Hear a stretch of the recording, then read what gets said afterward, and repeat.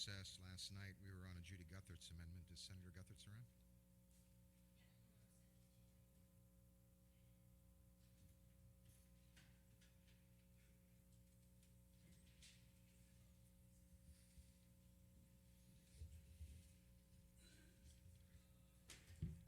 Yeah, in the interests of time today, I'm not going to try and be cruel or anything, but I am going to try and see if we can keep the remarks as brief as we can so that we can progress.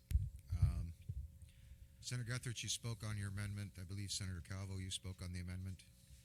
Is there anyone else who spoke on the amendment? On the Guthertz amendment? On the fire department? The fire department. There is an objection, I understand, so can we please call a vote? All those in favor of the Guthertz amendment signify by raising your hand. 1, 2, 3, 4, 5. The amendment fails. On the main amendment, is there an objection to the main amendment? Without objection, there isn't an...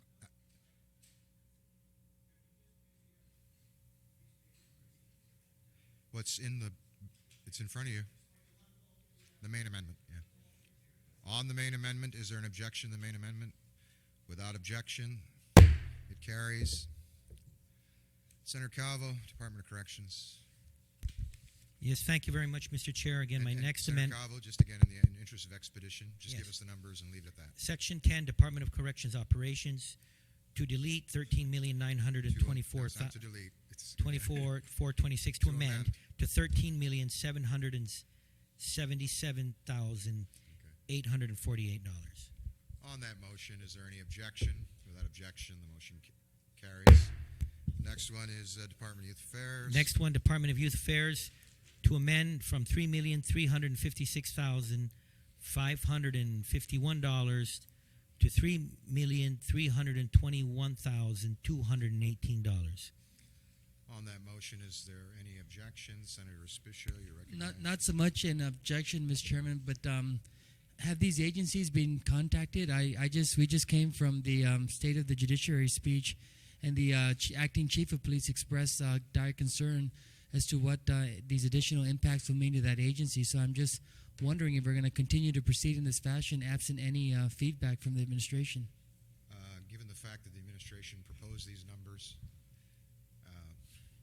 I think we can assume that the administration is in favor of the numbers. Mr. Speaker, not so much that they're in favor of it, but that they were supposed to quantify for us what the actual impacts would mean beyond the budgetary impact, but what it would mean in terms of staffing, in terms of delivery of services. I understand, Senator Respicio. I can't assist you. The administration, for whatever reason, is not present at this particular time. Okay. On the motion? With any objection? No objection, the motion carries. Chief Medical Examiner, Section 12, Senator Calvo. Yeah, Mr. Speaker. Oh, I don't know whether it'll be done, but yes, like I said, we have been going on 8 weeks on the discussion of all the budgets, and now we were talking about the amendments put forth, and I think the body really sort of wanted to sort of balance the budget itself. And so, if it's been mentioned earlier by two gentlemen here that if we were to make an amendment to restore, I think also it should be made clear that we need to get Cut somewhere else. No, and we should also make an amendment on other departments so we can cut it accordingly. In order for us, so that if we go for the amendment being made to restore, then the individual members must also identify area within the budget that needs to be cut. Otherwise, restoring, then we're all going to be bad guys. Everybody wants to vote in every one of this bill. And so that's the concern of this body. I think that it may not be the best document that we have right now, but it's better than a lot of the others that we normally have. We cannot ascertain many of this, but I think there is a great and intense work done in terms of trying to balance the what we have in front of us. So it's also, I think, fair to whoever wants to make a motion to restore to also identify areas that needs to be cut. Thank you, Mr. Chair, Mr. Speaker. Thank you. On the motion, without objection, Chief Medical Examiner. Okay. Do you have the amendment available? Yes, I do. I passed it out last night, Mr. Chair, and if you can please allow me, when the good senior senator was talking about finding funding, I remember clearly that the medical examiner, when he presented his presentation, he had a grave concern, and I continue to say that, if his funding were to be cut.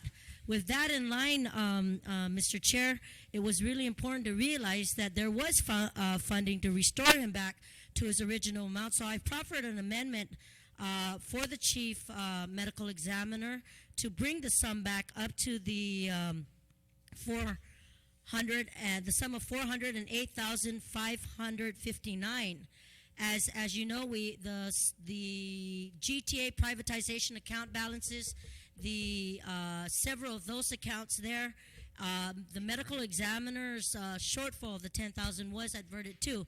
So again, on behalf of the medical examiners and knowing his really big concern, Mr. Chair, I think it's really important that my colleagues support this, because he was one of the few, if not one of the 8 agencies who came in and said, no, I don't have the equipment, I don't have the staff. I know that people are dying to see me, but it's really important that I keep the funding that I have present today. So I'm going to ask that my colleagues please support me on this amendment to bring it up to the funding level that it was previously. Thank you. We're going to take a very brief recess.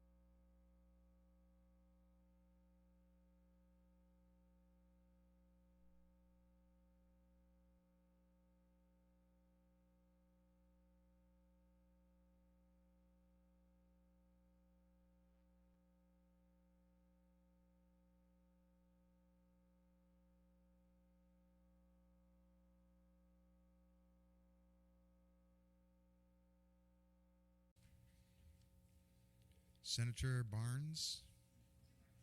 Senator Tina Rose Munya Barnes. Thank you, Mr. Speaker. Jesus Masi, it's on. The mic is on. Again, after carefully talking to the Vice Speaker and OFB, Mr. Chair, I've got an inclusion verbiage that was added on to the previous amendment, so I guess I'm going to have to withdraw the amendment to the amendment right now, and Is then... there any objection to that? Objection. Okay, Mr. Chair, thank you very much again.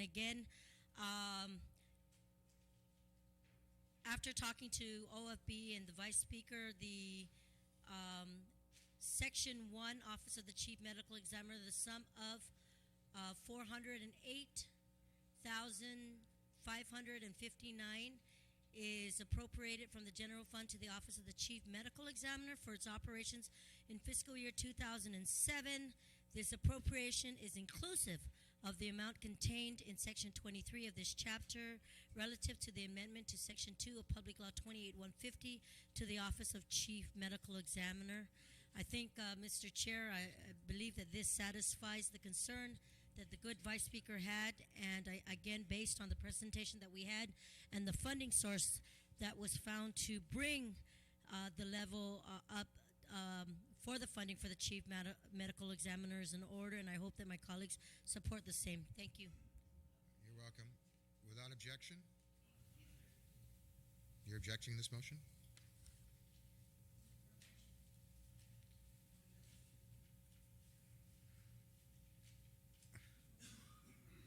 But why did you? Okay, whatever. So there's an objection. All those in favor, please signify by raising your hand. 1, 2, 3, 4, 5, 6, 7, 8. Motion passes.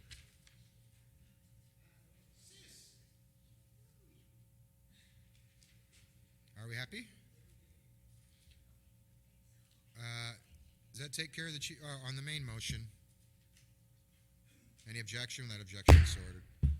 Next, Chapter 16 or Section 16. Just give the numbers. Okay. Again, Section 16, Legislature in Guam, to amend $6,833,546 to $6,590,773. Senator Shimizu, you're recognized. Thank you, Mr. Chairman. All I'm hearing is just the numbers. Doesn't reflect what agency. If I'm trying to find the amendment. Legislature. We are now in the legislature. So Section 16. And you passed out the amendment, Senator. No, it's all part of this packet that you had yesterday. The one that we stapled. The one big that's one, stapled. Yeah. Okay, just a second. So, again, I asked the good chair, and I've been consistent. Can we just narrow that down to dollars and cents, please?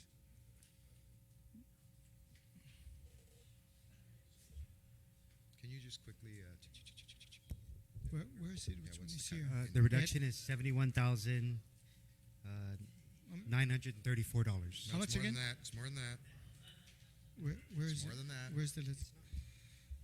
You got to see that. You got to take the reduction from that.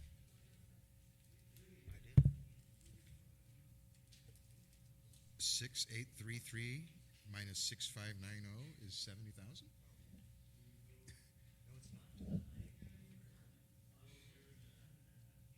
There's your. Give me the calculator. Huh?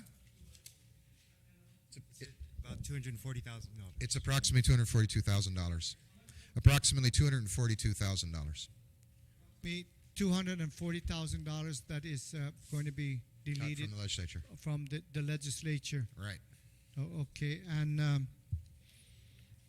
I would hope that since there's a voluminous of that we just kind of acknowledge what agency or that we're talking about, rather than just the number, Mr. Speaker. Yeah, I did. I said. No, just now, but I said Senator Calvo, Section 16, the legislature. oh, okay. Okay. I didn't hear you. Okay, Shirley. that's Thank no you. problem.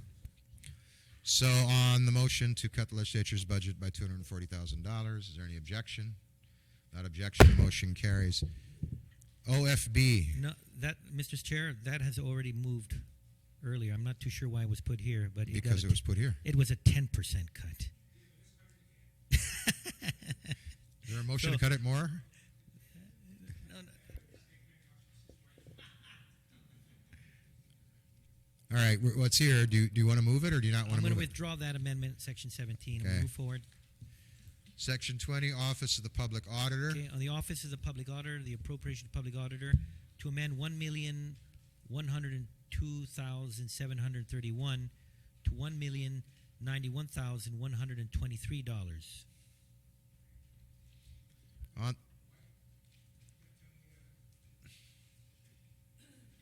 On that motion? That's okay. On that motion? There's a second part there too. And B?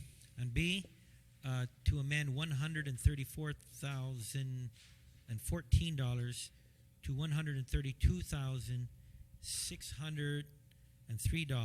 What is that? On that? That objection? Carries. Public Defender Service Corporation. Okay, back. I'm going to make this amendment, but I have a second amendment. This has been passed out. This is to take into consideration what was brought up by the previous speaker on in regards to the chief medical examiner. Same issue. So Would you like to not move this and instead move that? Is that what you'd like to do? No, this can be added on to the bottom of this. Okay. Now what I'm asking is, Okay. instead of moving this amendment here, this Section 21 amendment here, would you rather move? Actually, this is fine. It was included in the previous speaker's amendment. Okay, so Can I take a 1 minute recess, please, Mr. Chair?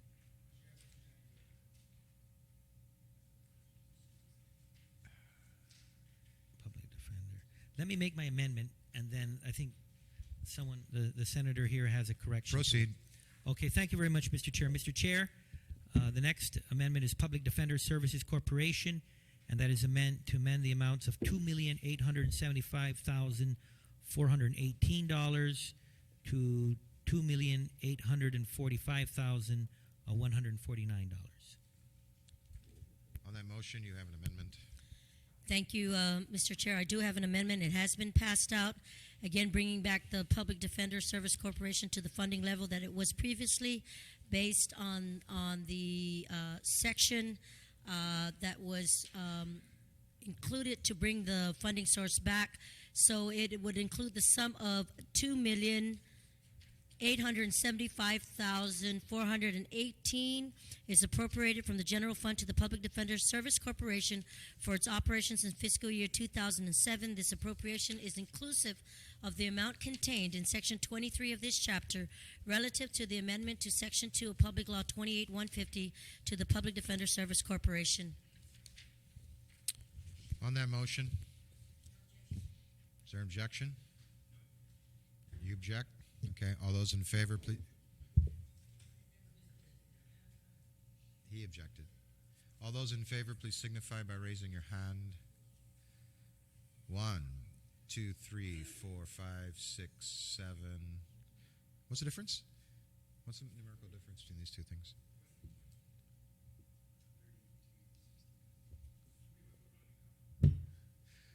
Okay, one more time. Everybody raise your hand who's voting in favor of this amendment. Please signify by raising your hand. I see somebody walking in. Who's walking in? No, I see somebody. Oh, no, it's just Tom. All right, all those in favor, please signify by raising your hand one last time so I can count. 1, 2, 3, 4, 5, 6. It's only 6. The motion fails.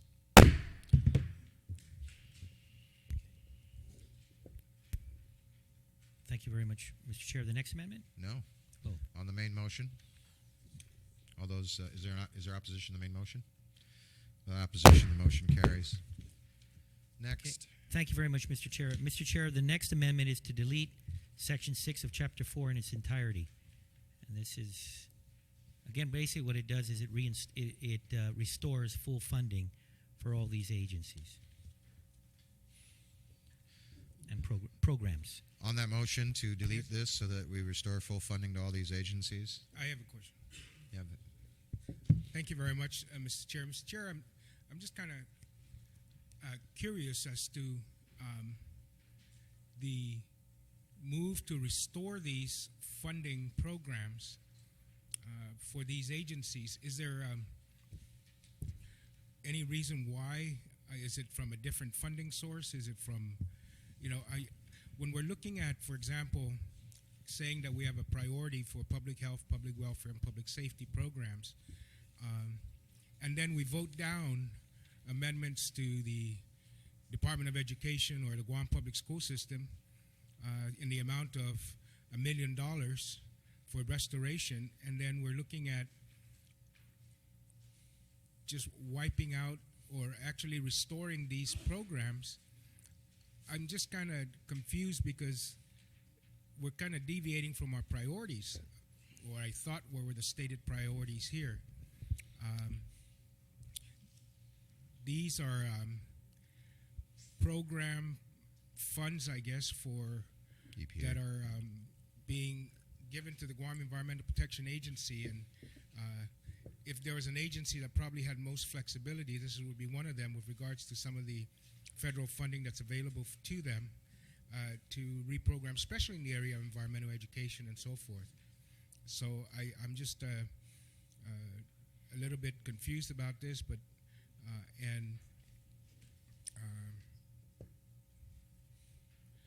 and I object to the amendment. Do you wish to have Mr. De La Rosa respond to why this is being done? Why is it being done? In the original budget exercise of the 2.5%, we did make a reduction to the programs, but when we went back to reconcile and spread the 3.1, the 1% reduction, we took those only directly out of operations budgets. So we restored the program funding to the agencies. Thank you very much. I know that, and I accept the explanation. However, I think the fact that we're cutting operational budgets in the other departments and agencies in every way would also affect programs that the agency carries out. Because you can't carry out programs without people, and you can't carry out programs without supplies, and you can't carry out programs without funding. And what I intend to do is take the funding from this and restore the Department of Education's funding from this program should this, the difference in the restoration of these amounts. And that's my intention. That's why I object. No problem. On the amendment, there's been an objection. All those in favor? I'm sorry. Just if the mover of the amendment, for the past 8 weeks, Mr. Chairman, our good chairman of the finance has been steadfast in opposing any restoration. Is this now a change in direction since he has penned his name on to proposing the amendment, that he's now going to, not have to cut some? Is there a change in direction here? Because he has always been steadfast. Are you asking Senator Calvo to yield to that question? Yes, That's really not the kind of question you can ask someone to yield to. You're asking about intent. Okay, no, because I respect him for standing understand, on that. And it's not Normally, just- you ask a senator to yield to a question to provide information, not to bare their soul. So, to No, you, I'm so. not asking to bear soul, my dear speaker. I know, If but- it did, it would have been a different type of question that I would have asked. I just wanted to I listened, and I just wanted to find out. This is the first time that I've seen a change in an amendment to restore back, and in other cases. So, if it's not the right kind of amendment, at least I state publicly, and I would try to read now that, we're not necessarily steadfast in that manner. Thank you, Mr. Speaker. No problem. So, all those in favor of the main amendment, please signify by raising your hand. Senator Calvo, I'm afraid your amendment has gone down to bitter defeat. Dashed on the hard rocks of reality, down in flames. And he doesn't have to bury soul too. Okay, we are now on your next one having to do with the EMT, which seems very similar. Well, thank you very much, Mr. Chair. Mr. Chair, the next one, of course, is to delete Section 9 of Chapter 4 in its entirety, pretty much in line with the same rationale on the earlier amendment. Is there an objection to this amendment? Okay, let's just vote. All those in favor No, of the... I want to just I want to understand it. Okay, understand it before we kill it. Right. Yes. Thank you very much, Mr. Chair.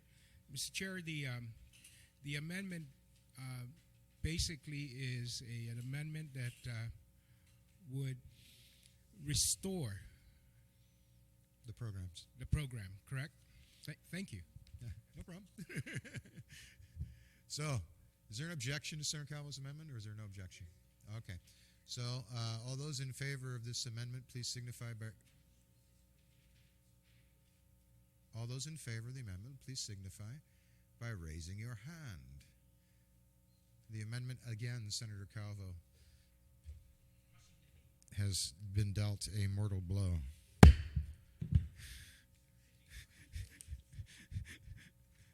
Senator Calvo, you have an amendment. And you know what? I'm going to ask for a 1 minute recess because Oh, Lord. I don't know how you're going to move this. Yeah. 1 minute recess.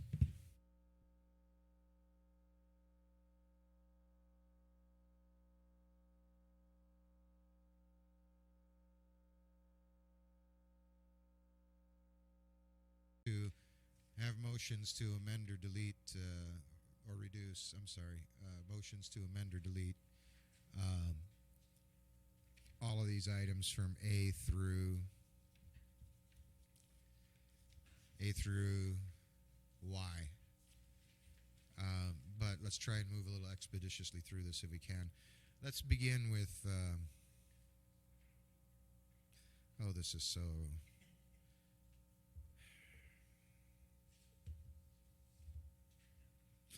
Let's begin by going through A through Y, and then we'll go back to the main body of the motion, Section 1, since it's entirely dependent upon what happens between A and Y. Okay, So, could you do me a favor, Senator Calvo, and simply state the department and or fund that is being affected? Okay. Thank you very much, Mr. Chair. Again, the amendment is to a Department of Administration is the entity being affected, and that is to add on... Wait. This won't work either. Hold on. 1 minute recess.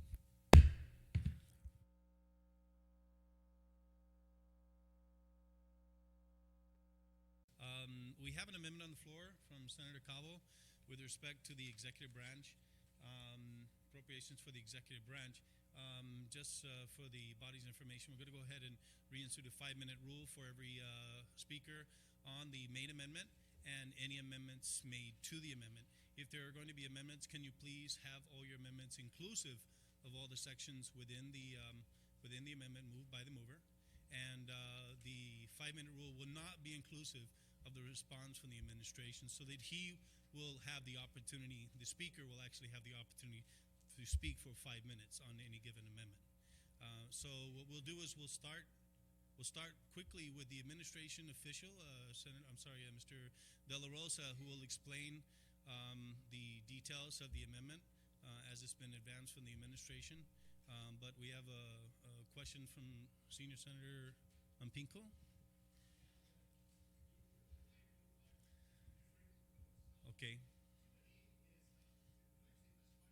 Okay, so if the pleasure of the body, then we'll make it inclusive of the response, which will be a little more conservative use of the rule, but notwithstanding, we will have a 5-minute time frame by which any member can ask questions on the main amendment and the amendments made there too. Okay. Senator Shimizu? Yeah, I just wanted to, we're going to follow Senior Senator's rule That's correct. that, to No. include the within the 5-minute period, the response of the... Including the response from the administration, if that's the desire of the body, and I will... I have one question. If I just ask the question, it only took... is not long-winded, so to speak. Well, mine is always short-winded, so let me just tell you this now. I want to ask this question for my information. If my question was 10 seconds and administration took 4 minutes and 50 seconds. That's it. That's it. Yeah. Is Well, that the rule? The chair. Uh, All right. Nana, my foundation only takes 3 minutes. I disagree with that wholeheartedly. Okay. My Lord. Don't. All right. No, No, I object to that. Your point has been made, Senator. I mean, I just Ampino. be reasonable. Hello. Hello. Yeah, it's always been clear that from the beginning that it's 5 minutes Q&A. Whether you speak for 4 minutes and 50 seconds, and the administration took 10 seconds, and because we have already rehashed a lot of these things, and now we will be rehashing it again, and we're trying to. And the speaker already mentioned earlier when he opens up the this morning that if it can be as brief as possible, and not be long-winded. All right. Again, on Well, the operating rules, Senator Shimizu. Yeah, just on the operating rules, That's a point of Yeah. order, Mr. Chairman. You That's- set the rules. Yes, I I know, understand. according to the standing rules. Because one more question, if again I had the 10 seconds and whatever, but can another member yield? There's no yield no, I'm just asking a question. But is there in the standing rules that would allow another member to yield at least one of their term? Understand? On that at You the can end. come back after all the All body is has done. had an Okay, opportunity to thank ask you, a thank question. you. Senator Respicio. Mr. Chairman, just a point of clarification. I know it seems that we've been going at the same thing for the last 8 weeks, but the bill before us is very different from the bill that first was submitted to this legislature. Originally, it was a 2.5% cut. We went through agency by agency, and all of a sudden, someone discovered that the 5% deappropriation should be a means to balance the budget or purportedly balance the budget. And so now these agencies are faced with 5% and then an additional 1% on top of that to reallocate $3.1 million. So I beg to differ with the senior senator where he says that we've been going at this and some of us have been long-winded, but it's a totally different scenario today than when we were in the last 8 weeks. So, and then now to limit discussion and to suppress debate on a very important part of this whole budgetary process, we just keep changing the rules as we go along, Senator and Shimizu? that's my I'm sorry, objection. Senator Respicio, I appreciate your point. We are not suppressing debate. We are trying to be efficient in this process. I am not going to restrict Someone just decided to be Senator efficient. Respicio, I am going to go ahead and call for the 5-minute time frame for which any member can speak on it, inclusive of the response from the administration. And I did indicate that the administration will get a first opportunity to explain the amendment in full as they are proponents of the amendment. And I do appreciate your point, and it is well taken. You will get another opportunity after every member has had an opportunity to speak on it for the 5-minute time frame to speak again on the amendment. Is this amendment going to be introduced as one amendment affecting all these agencies, It or is a shouldn't it single be amendment. agency by agency? It's a single amendment. So any amendments to it should be inclusive of all the changes that you would like to advance. So I move that the question be divided and that the amendment be presented to the body agency by agency as opposed to one single amendment. All right. That's the most unrealistic thing to do, Mr. Chairman. Thank you. All right, there's a motion to divide the question section by section. Is there any objection to that? Senator Mpinko?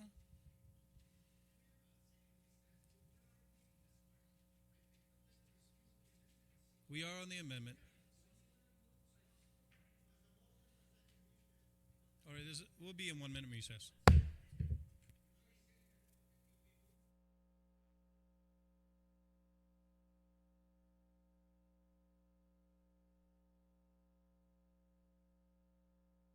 To that. There are no objection? So ordered. All right. Mr. De La Rosa, could you please, for the benefit of the members, describe the amendment as it been requested through the legislature? Thank you, Senator. In the original Public Law 28-150, what was... Hello?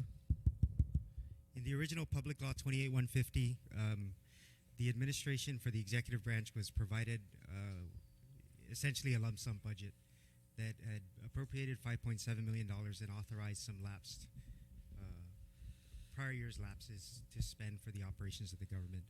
When we initially introduced bill or provided Bill 74 for the body, we broke out the agency by agency appropriation requirements, and what has transpired since then in this legislature, based on the existing revenue levels, is reflected in the appropriation levels that are now itemized agency by agency.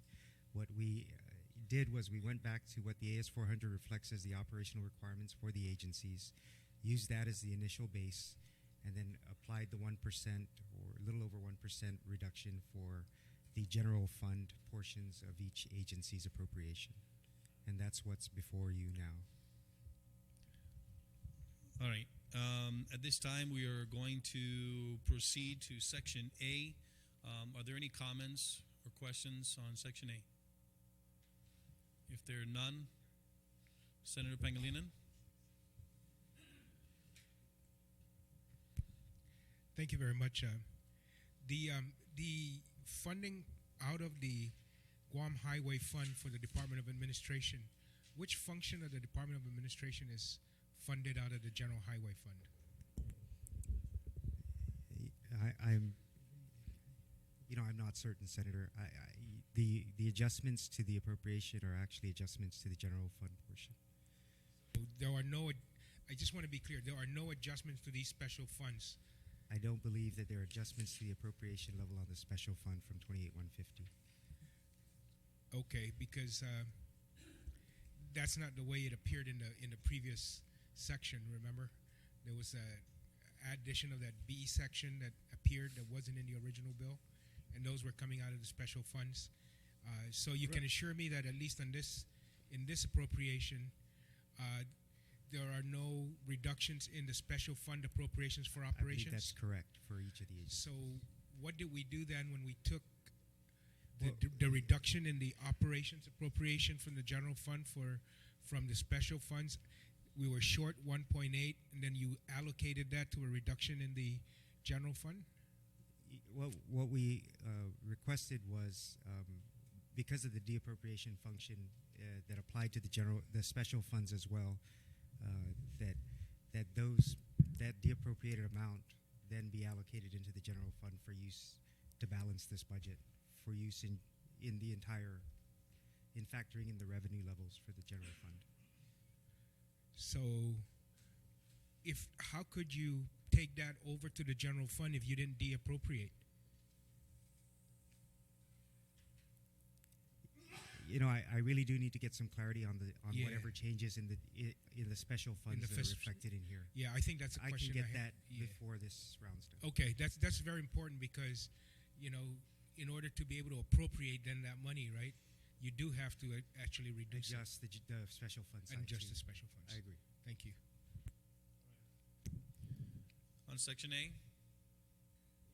No objection. Section B, Department of Revenue Taxation. Senator Pangilinan. The reduction here in the Department of Revenue and Tax is a 1% reduction. Now, I do know that I think in the when we were discussing the 2.5% reduction, we decided that revenue tax was going to be fully funded, and we did that by taking an appropriation from the GTA privatization fund, supplementing the proposed cut on that. And there should be I thought an amendment made to restore then the Department of Revenue and Taxation to its full funding prior to the 2.5, meaning no reduction of that 1% allocation. But this would not result in that. This would result in a 1% reduction to revenue tax, Inclusive of the additional appropriation, appropriation. contained in yes. in Section 21. I would, and the reduction in this is a $87,000. $87,000. I'm going to help out my chairman and not object to this. All right. Senator Shimizu, thank you. Thank you, Mr. Chair.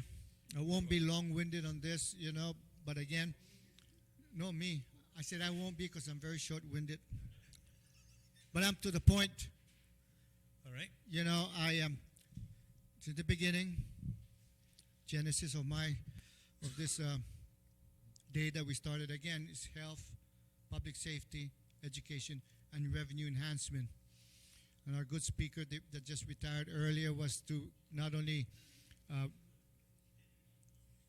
give to revenue taxation and increase in their budget so that they can go up, but he also identified non-general fund. And now I again ask our colleagues and remind our colleagues that the Department of Revenue and Taxation is one line agency, a line agency with auditors that audits thousands of return. I see a decline in the number of people either too early out or for whatever reason. But this is the agency, the line agency that we should fortify. We should fortify it with much more than what they have right now, because this is the agency that will increase our revenues, enhance our revenues. Let's not tie their hands, not even with 1% tribute to reducing. Let's look at this budget cut in a surgical manner, where there is a major emphasis on revenue enhancement. We should not touch it. In fact, we should fortify it with more funds, because it is an investment. To make the money, we must invest in Department of Revenue and Taxation. And I oppose the cuts. I oppose the cuts of even that 1%. Now, you said it amounted to how much again, John? Was the cut that 1%? About $87,000. About 87,000. Even at the lower level mid auditors, you can probably get 2 more auditors, and each auditor in turn can go out and try to assess, almost 3 to 4 times what we're investing in that position. So, Mr. Chairman, I wish to offer an amendment, and if you want to call a recess so I can put it in writing, I will. I'll call, because everybody does it, but it's a very simple amendment that we do not. I move that we do not reduce revenue and taxation, and we spare them that 1% cut. That's my verbal motion, and if you care, I can go and write the Fino English. Okay, in the interest of time, Mr. De La Rosa? Okay, give me the. Sorry.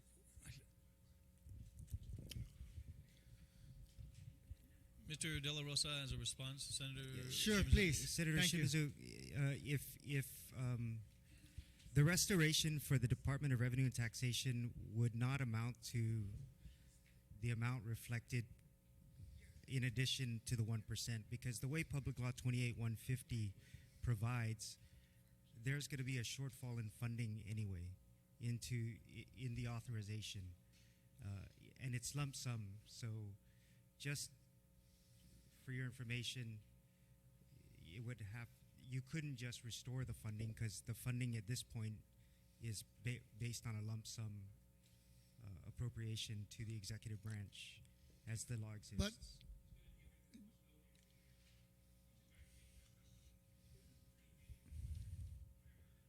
see, and that can be done because we're on subsection B. I'm just focusing on revenue and taxation, and John, you have worked with these people, with the Director of Revenue and Taxation, and I'm sure you're a firm believer that agency is so valuable in increasing its net worth from $1 that we invest, that we can turn around and get 1,000 to it. So my motion is, first of all, I don't support the good chair's motion, and I just want to exempt them from that 1%. Thank you. Your time is run, but you started an amendment, and we'll go ahead on the Shimizu Thank you. amendment to your your amendment, Senator, is to strike line B as entirely, or what is the No. amendment? All I want to do is to redact, change that number that they had opposed, and in its place put 8,296,196. That's all. All right. I- On the amendment, Senator Cabo. I'd like again, if I have a question to the move of the amendment, if he could Go ahead and yield phrase to the question. The question obviously is A through Y are basically subsidiary appropriations for a total dollar number based on the appropriations on Section 1.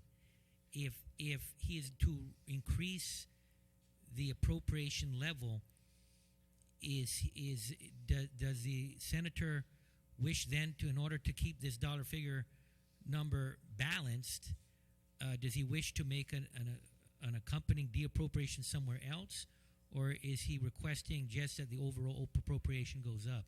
So again, the question is does he want this appropriation level to go up for the executive branch, or is he looking towards some other agency to de-appropriate from so you can balance the total numbers as indicated in Section 1? All right. Senator Shimizu. You know, it's very simple that I want to do. It's not where I'm at that I'm going to go find, where the money to get. I'm just saying because we're going section by section. I'll also remind you that your response is eating into Senator Calvo's time, just for your information. Go ahead. I'm eating into his time. Yeah, because remember the response, the 5-minute time frame. Senator Calvo is responding to your amendment. Your amendment is to restore the Yeah. amount. So your time and response is also Okay. goes to his time for I speaking. want to lay the foundation for how Understood. I'm going to move forward. Well, Just to let I really like that. I like that foundation because I want to build the blocks. Proceed. And in all sincerity, I again, I am typing up the amendment. I've asked if I can have just a 1-minute recess be accorded to me, similar as other people. But in the meantime, it's a very simple motion. I can put it in the numeric aspects of restoring it to 8,296,196, and then to make it abundantly clear again that they are to be exempted from that 1% reduction. Senator Calvo. Again, the question I had, and I'm asking if the author of the amendment would yield. Again, moving forward in this amendment, and because it is a subset to the total appropriation, again, I will ask that question one more time. It is the intention of the mover of the amendment to increase the total appropriation to the executive branch. With that, there would be no necessity for a de-appropriation in any other of these areas here. Or is it the intention of the mover of the amendment to keep the total appropriation intact, and with that, with the increase to the Department of Revenue and Taxation amendment, there would be a like reduction in some other category? So again, I'm just asking that question so that I can, again, understand, so I can use that as a foundation so I can make a decision whether I want to vote in this amendment or not. Senator Shimizu, do you yield? Yes, of course. Thank you. I can appreciate where the chair is coming from. It's not an issue of intention on my part at this stage, okay, because we're talking about futuristic after we accumulate. It really is not an intention on part. It's my desire that revenue and tax be exempted from that 1% cut, only because I think it's cost benefit to do so. Okay, Senator Calvo. And wait, I'm not done yet. And just rule me that I'm time out, and I will abide by it. But I do have my amendment here. If this can be copied, and if you want to take a 30-second rest, or just rule me out.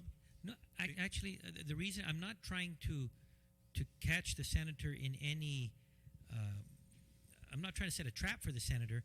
It's, obviously for me, I want to have a balanced budget, and with that, and that's why I'm saying I would probably be. I want to see increased resources to the Department of Revenue and Tax, and I would probably vote in favor of the amendment if of course the bottom line figure in the grand total of the appropriations was unaffected.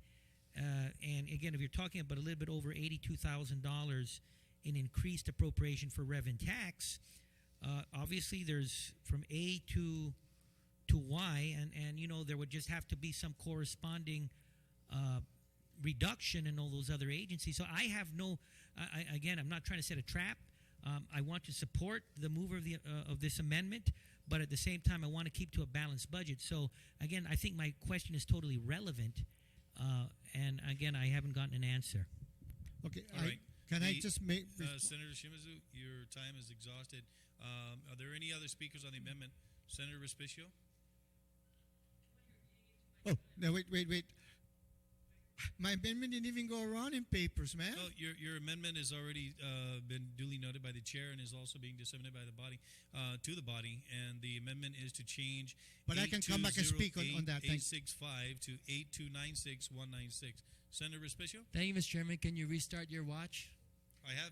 Thank you, Mr. Chairman. So, beginning with my 5 minutes, you know, this would be a good time to ask maybe the administration or ask the legislature, the chairman of the committee of the whole, to update the body on where we're at with Bill 74. The previous, or the chairman on finance made mention that it's our attempt to try to balance this budget.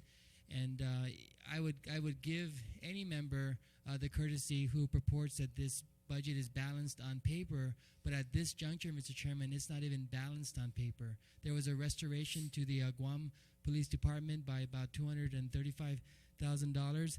And again, why I just sit here and can't keep quiet is when someone says that these amendments represent a 1% cut, I tell the body, unless there's been a public or private commitment to do otherwise, the Department of Revenue and Taxation is facing a total cut of $497,774, Mr. Chairman.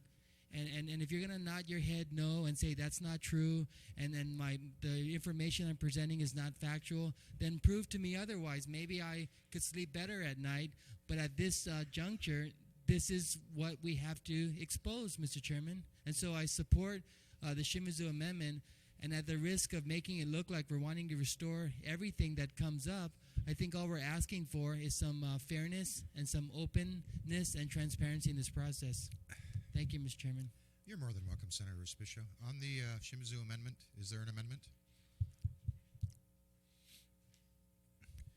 It's being circulated. I'll speak on that at the end.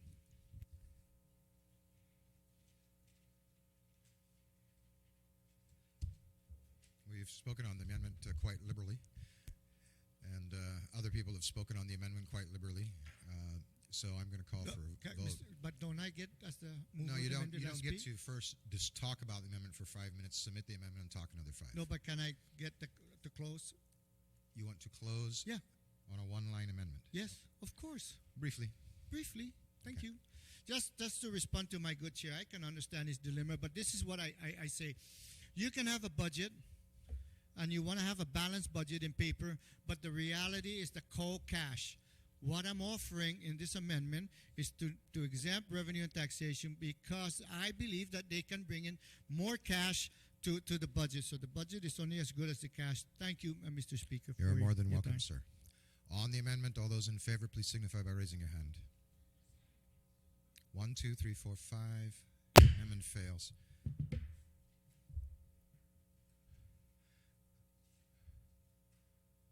Are we moving this as a single amendment, or are we moving this section by section? It's been divided.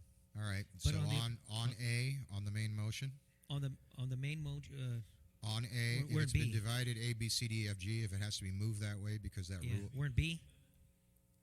We're in Which B. amendment? No, there was an amendment to the amendment.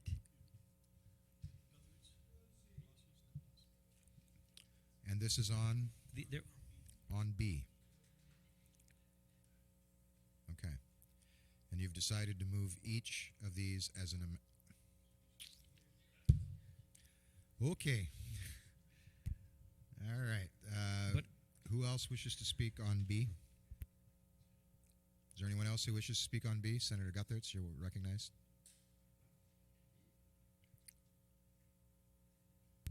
Mr. Chairman, I just want to register my disappointment with the cut for the Department of Revenue Taxation.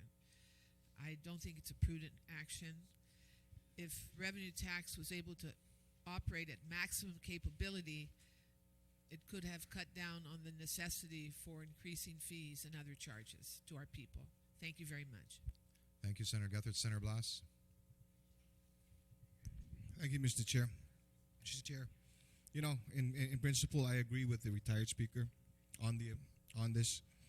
You know, I agree with her too as well that we shouldn't. But the fact of the matter is, we don't have the money.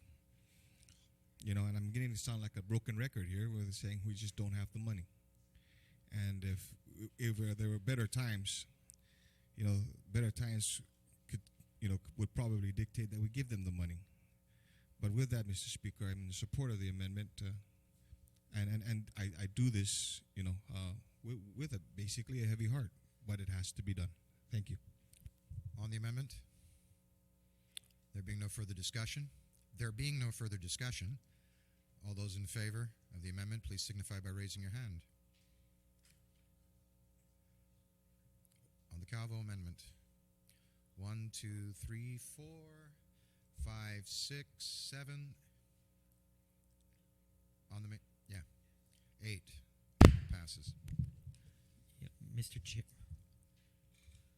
I hope you're moving to C. No. 1 second recess.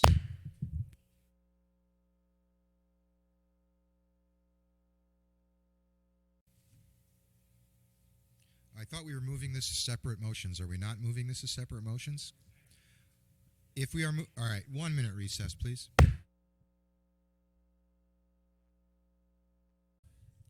Senator Juan Peppers, it will be one at a time. It just won't have to be a separate motion each time. Thank you, Mr. Chairman. My motion is that we go through all of the letters one by one, by alphabets, you're right. Without requirement for a separate motion. You're right. Okay. Thank you. On that motion, any objection? Without objection? All right. All those in favor, please signify by raising your hand. Motion passes. Okay, proceed. C.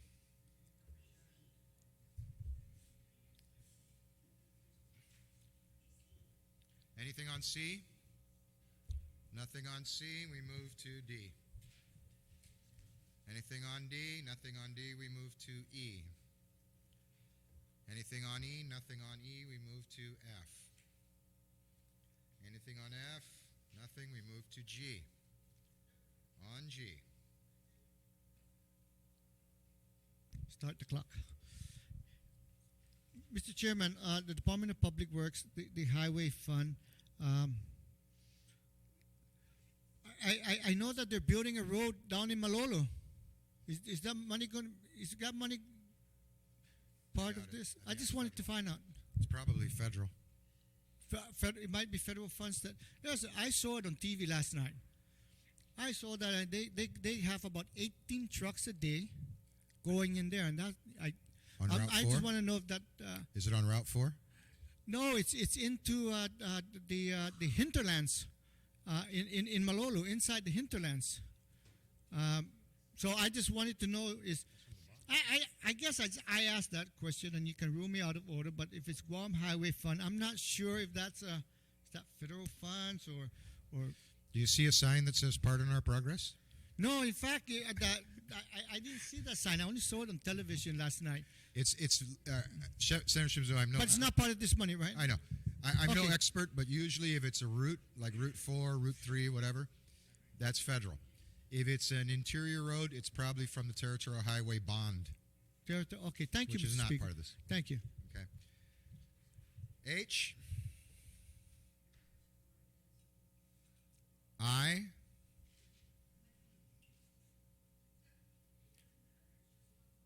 J. K. L. MNOP. I'm sorry, that's the way I always say the alphabet.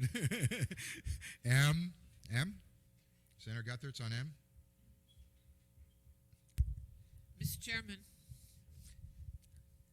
I really am concerned about removing funds from the Department of Chamorro Affairs.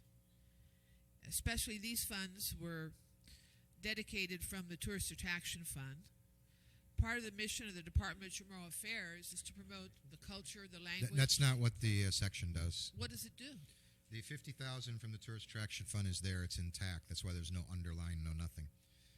It is stating the general. You need to look at the general fund line, Senator Guthertz. The TAF is not affected in any way, shape, or form. But the general fund is. Not. Yeah. Is. Mr. De La Rosa, can you respond? Yes, the 1%, the 1% reduction is applied to the general fund only. And that total is? The total impact? $7,000. It's only $7,000, Judy. Okay. It won't stop them from offering their Chamorro classes? I doubt it. Because they have already done a couple sessions. I understand, They're very but good. It is only $7,000. And most of the people that take the classes are non-Chamorros. So it's very important that we continue this program. Thank you very much, Mr. Chairman. Okay. Zen. Where was I? Oh, N. N. O. B.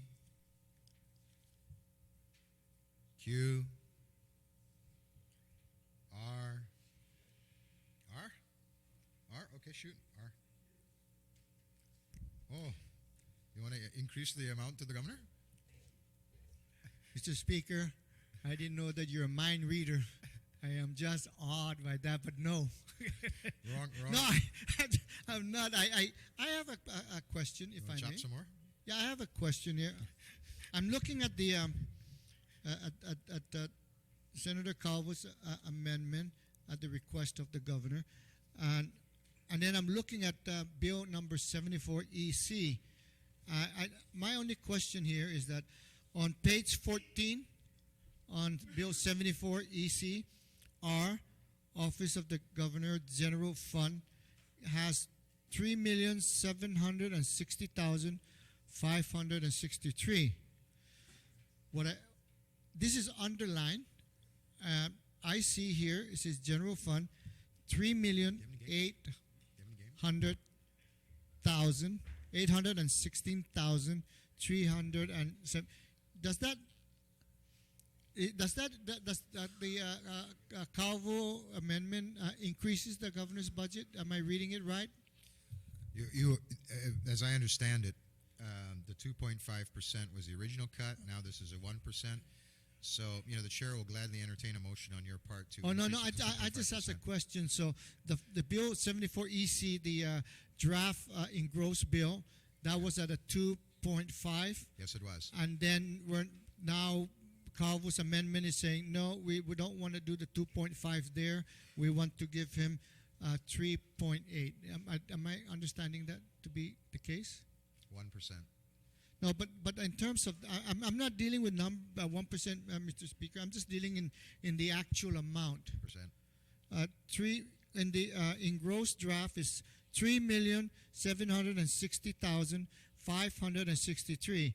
In the proposed amendment is 3,816,311. So in other words, there's Correct, increase. There is an increase. Very correct. Very, very correct. Would you There like is to an decrease it? increase.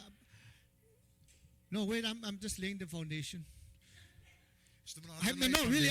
In all seriously, I looked at that and I compared it with the engrossed bill, 3.7 million, and then I'm looking here at 3.8 million. It's approximately another $100,000 increase in that area. And is there an increase in functions that we have to increase the budget? I mean, I respect that, but since No. the motion, is there any? No. There's none. There's no. So we're asking to cut other areas. No, like- I'm eagerly waiting the amendment to reduce it further, which I will gladly vote for. Yeah, I guess, is this also inclusive of any 5% reduction at all as a result of the reporting, the automatic reduction? That's a good question. Is the governor's office? Yes, the governor's office also did not meet all the reporting requirements. And then we're bringing the budget back up. So I guess no, I believe under in the customs. reporting I believe in requirements- custom and tradition, Just to be clear, and I'll leave that under at the that. But reporting I wanted to make it clear in my mind, Mhm. and the people of Guam that are watching, That just they're already going to take a 5% cut plus a 1% cut, so it'll be a Plus the 6% cut as 1%. opposed to a 2.5. Yeah. right. But then we come back and say we'll reduce it from the engrossed version. And No. In the engrossed version, there's only a 2.5% cut. Right, it went from 3.7 to 3.8. I just wanted to make that clear, Mr. Yeah. Thank you, Mr. Speaker. Again, customs and tradition, but I want it to be clear Sounds what we're good. doing. Thank you. Any motions on this section? Okay. Next, on this section, governor's office, proceed. Thank you, Mr. Chairman. I'd like to do a follow-up with what the previous speaker was, addressing, and that's true. There is glaringly different numbers on the engrossed copy versus what's on the amendment, and I'd like to ask the chairman, or the Actually, mover, I think you'd ask John.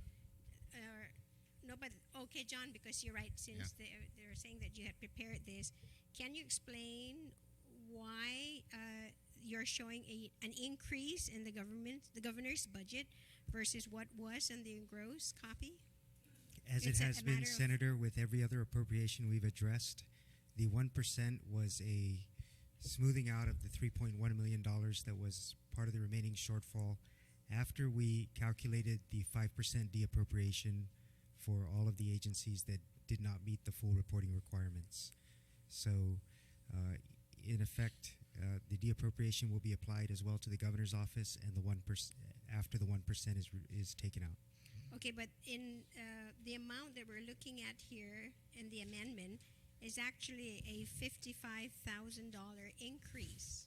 The effect of the de-appropriation will bring that amount further down. So, in effect, you'll have a 6% decrease in the governor's office budget when Well, we yes, apply the you're- de-appropriation versus a 2.5% decrease. And that would be the same for every department as well. Yes. The 1%, then plus the 5%. Unless exempted by the body. You're right. Right. But there's very little of that that's gone through. So my question now then, the second question would be is that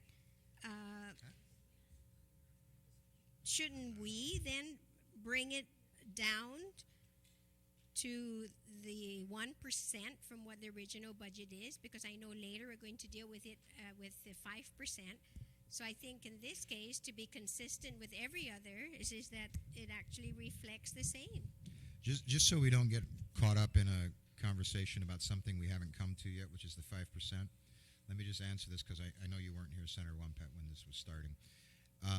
The administration apparently decided that they didn't want to do a 2.5 plus a 1 plus a 5. All right, so that's why the distinction there. When we get to the 5%,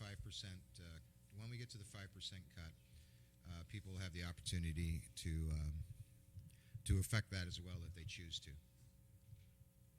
But this has already been the pattern for. Okay, but I'm still getting confused here because I understand we don't want to go through that 3 different percentage. Could I make a cuts. suggestion? Why don't we take a little recess here so that you and John can get together and he can catch up on this so far? Well, no, just a real simple question, and then Sure, go ahead. Is that the rest of the alphabets that we've been through, the other departments, It's the same and thing. agencies, Same thing. They're all these reductions are at what percent? Absolutely. 1%, right?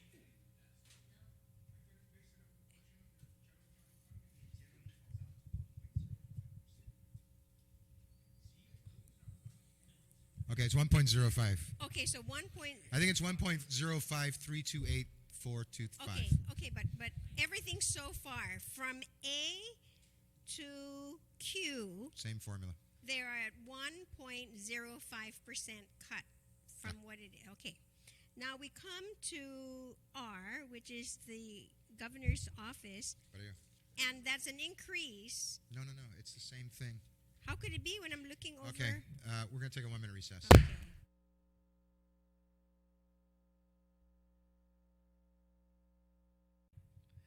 We are on item R, Office Magalang Guahan.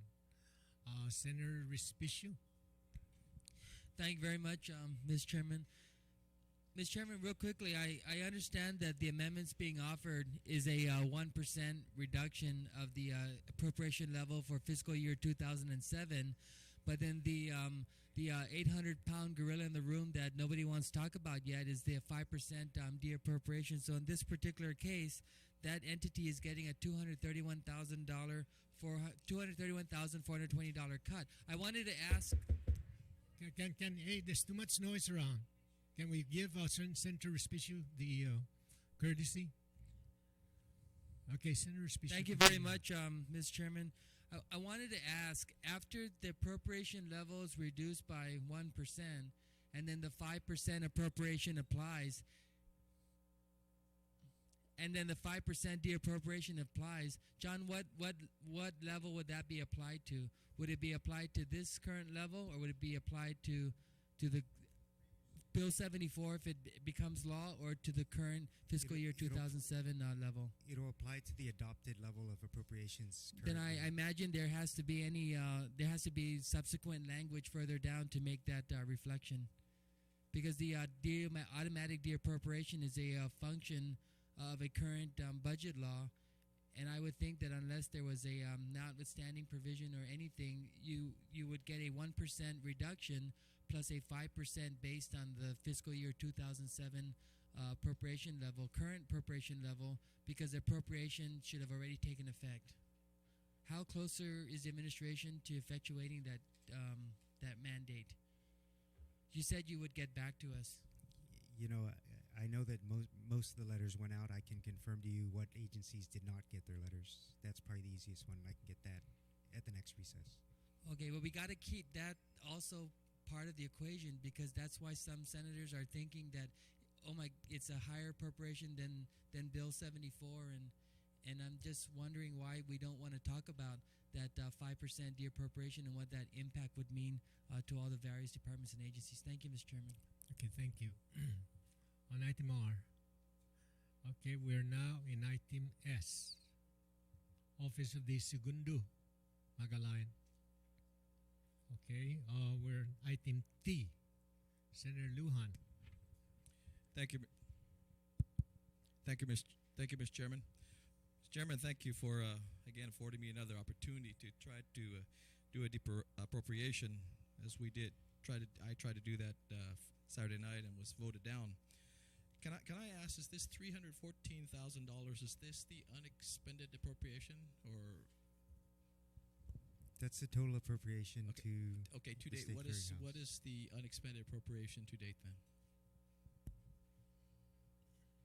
I don't have that number with me. I can get that for you as well. Okay, yeah, Mr. Chairman, we've seen previous amendments that failed in critical agencies to try to restore their full appropriations. As I said in the very beginning of this exercise, about going close to 8 weeks now, that in questioning the administration, that we had found a redundancy in service. And I know, as the arguments were brought about Saturday night, that we should give the clearinghouse an entity or a chance between now and the end of fiscal year to work. However, we've seen agencies that are working and now being cut even severely more.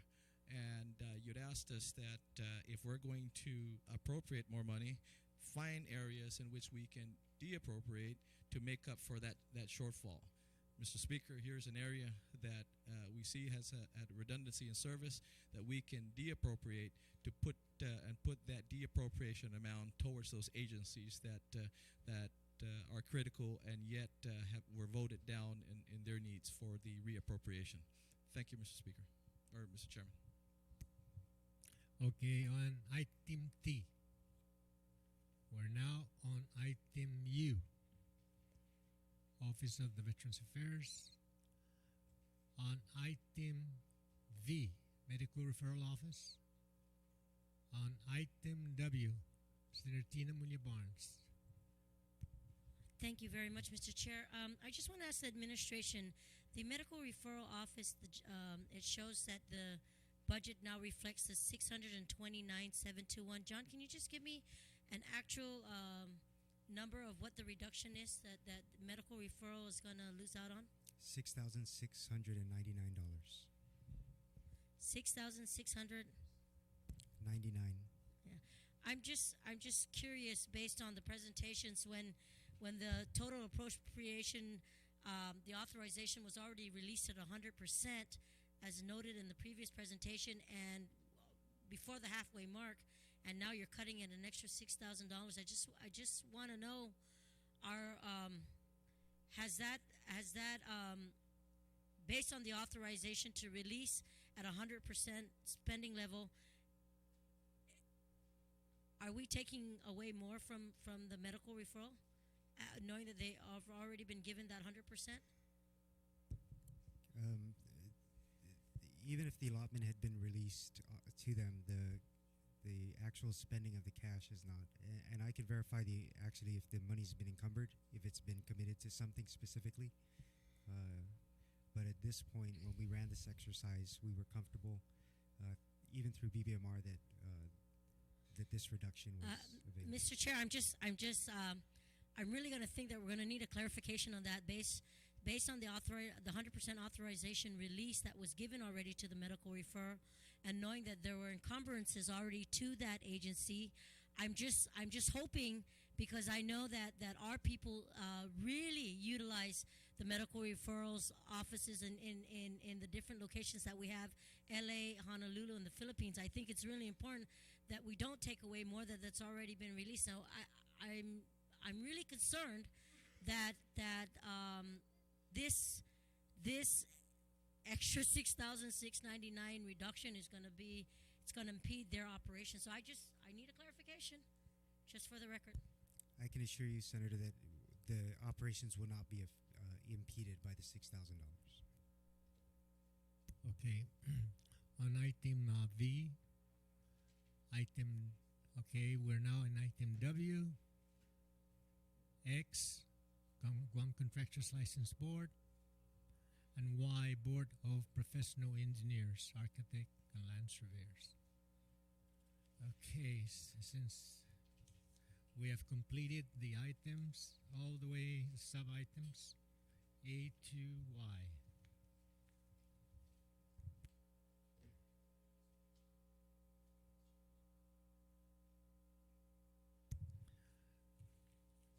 So, okay, on the motion, any objection? Without objection, then so ordered. Let's see.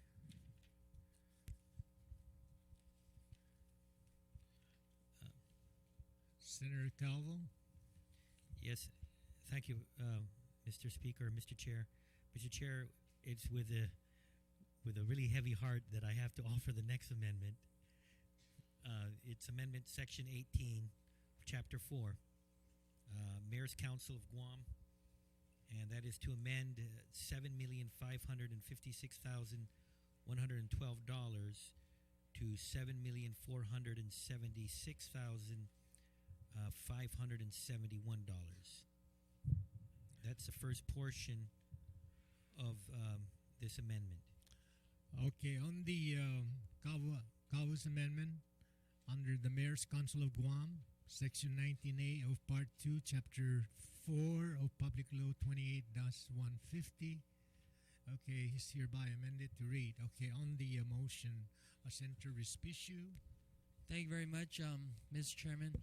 Mr. Chairman, I understand that members of the Mayor's Council are here, mayors and vice mayors themselves, and I'm hoping that the legislature will at least give the courtesy to these individuals. We heard from them as to what a 2.5% impact would be, and the senator from Barrigada, Speaker Pangilinan, had a remedy to restore their budget. And now this is a budget that represents not only a 1% reduction, but a 5% de-appropriation, which they have been subjected to. So, what is the pleasure of the House, Mr. Chairman? What is your? Are you making a motion or what? Yes, Mr. Chairman, to ask if it's the pleasure of the body to invite the mayors and vice mayors in to have some kind of meaningful dialogue with this legislature with respect to what the amendment before represents. Okay, well, the what the chair will do is that we'll recess for at least 5 minutes, and then consult with the mayors. Okay, thanks.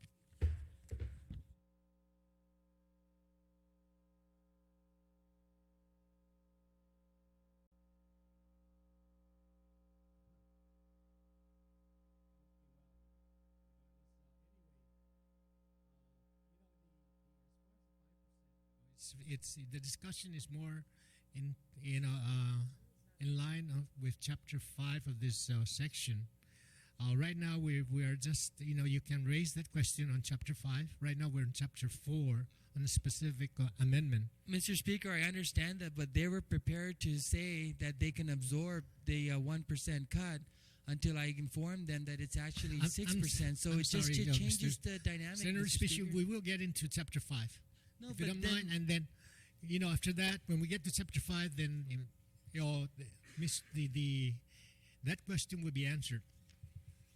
But now we're just talking in terms of the appropriation itself, as to the cut.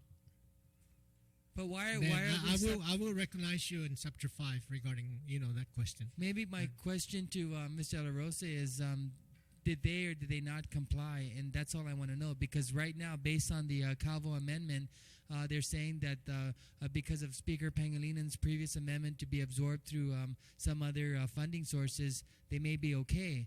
But that's not the present reality. And so I wanted them to know exactly that they're facing a $438,000 cut as opposed to a lesser amount, which they're under the belief that.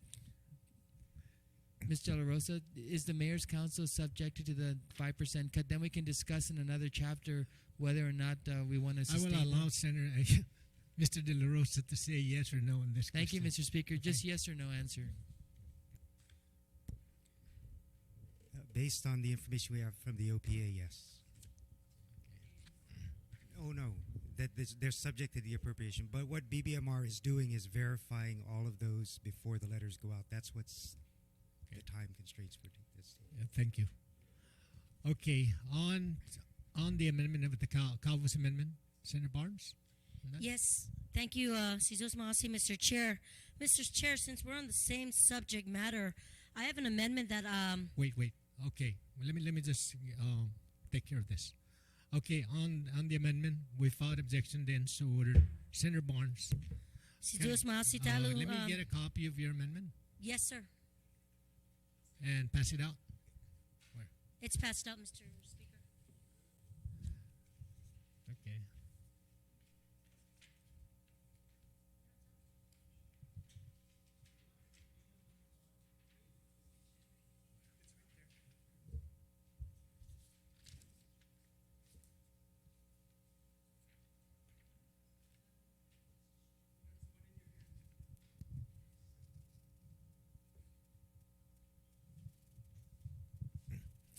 Okay, Senator Bunya Barnes, you're recognized. Mr. Chair, Sizos Maasi Tatlu. Again, since we're on the same subject matter, and after speaking with the Mayor's Council, I have an amendment that I've passed out to all my colleagues, and this amendment amends Section 19 of Chapter 4 relative to the appropriation to the Mayor's Council as follows, and then it says Section 19, Mayor's Council of Guam, Section 20 of Part 2, Chapter 4 of Public Law 28-150 is hereby amended to read, Section 20, the sum of $727,385 is appropriate from the Tourist Attraction Fund to the The Mayor's deletion Council is of the Guam Guam for the Business Bureau following. to the fund, right?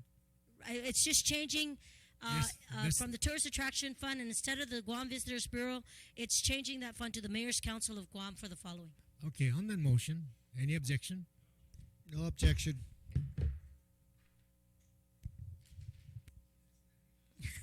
Thank you, Mr. Speaker, and I also thank Senator Shimizu for co-sponsoring this amendment. Okay, Senator Calvo, on your amendment. Okay, again, in closing, Mr. Chair, Mr. Chair, I No, wanna no, no. We're now on your new, yeah. Appropriation for conservation officers. What? for conservation officers, Where's that going to be? should be the page right after page 11 in the bottom left. And this is to amend the number $598,063 to $591,879. Okay, on that motion.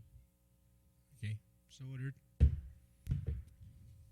Okay, Mr. Chair, the next amendment says page Okay. 12 on the left-hand side in the bottom, and this is for Number territorial park patrol officers, and this is to amend the dollar figure of $215,484 to $213,253. Okay, on that motion, Senator Wampat. I realize that the amount is really nominal, but when we talk about compensation and benefits, those are normally fixed numbers. So, and I'm wondering with this, like $2,000 reduction, would it somehow impact on somebody maybe not getting a benefit or what? John, would you be able to respond to that?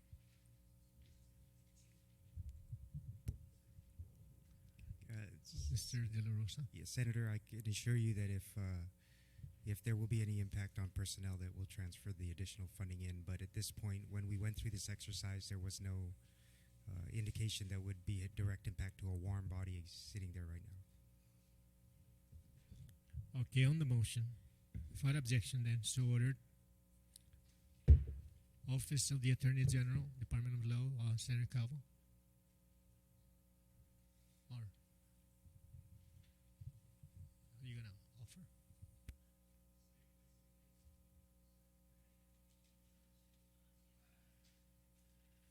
Okay, yes. Thank you very much, Mr. Chair. Mr. Chair, the next amendment is the Office of the Attorney General, Department of Law, and this is to amend the dollar figure of $6,828,405 to $6,756,525. Okay, Senator Guthertz. And that was first. Thank you, Mr. Chairman. Mr. Chairman, I'm sort of concerned about this cut. This would be about $60,000. And as you know, the Attorney General's office was here in the last few weeks and spoke with us. Even if it's only 1%, this is a significant amount of money for them to be able to maintain their responsibilities to the children of Guam through their child support program, through crime interdiction, through their prosecutorial activities, and through other actions. So, Mr. Chairman, I would move to basically remove the cut and to let the original amount stand of $6,828,405. Okay, the Guthertz amendment is to restore, from the $6,756,525 as offered by Senator Calvo, to change it to the original amount to $6,828,405 on that motion. On the motion of Senator Guthertz, there's objection. Okay, as many as are in favor of the Guthertz amendment. Oh, I'm sorry, Senator Simiso, are you going to talk on the Guthertz amendment or on the main amendment? I was originally the first one to raise even before. Thank you. I'll probably speak on both, but no, we're but now talking on the amendment to the amendment. It has to be on the amendment that I have to speak Yes. on too. Now, according to Mr. Speaker, I am very mindful, of the financial condition of our people. And we have to make priorities, we can't just cut across. And one of the things that I read with great interest is the lack of resources that our Attorney General has. This is as a result of that zingy federal security report saying that while the need for the Attorney General's office to prosecute white-collar crime, all kinds of crime, they're limited. If we just go and read that report for the positive value on having the resources to go after corruption, to go after white-collar crime and violent crime. Mr. Speaker, they don't have the resources of the attorneys to do that. They don't have that. And again, the cornerstones of the four pillars that I talked about, and one of them is public safety, Mr. Speaker. And I ask my colleagues if they will be able to at least look at that. Because even with the Attorney General's office, when we look at it, it's also revenue generating, while also prosecuting and getting people to be fined and enter into cuffs. So I stand in support of Senator Gutter's support. Thank you, sir. Okay, on the Gutter's amendment, there's an objection. As many as are in favor of the Gutter's amendment signify by raising your hand. What? Well, anyway, as many as are in favor of the Gutter's amendment signify by raising your hand.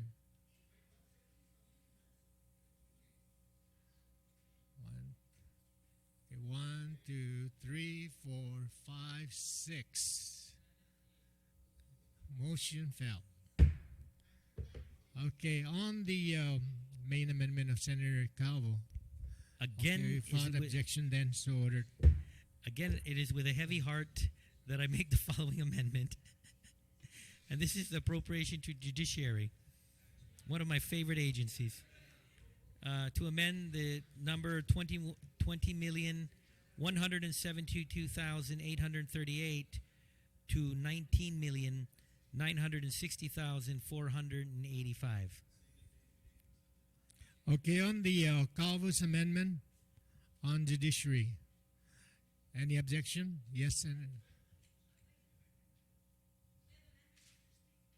Senator Munya Barnes?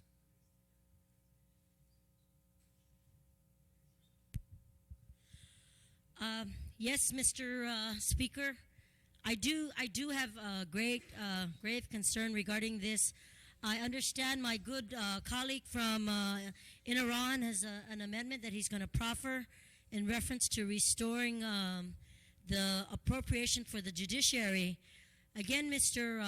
Speaker, it's really important as we continue to work as three co-equal branches of government.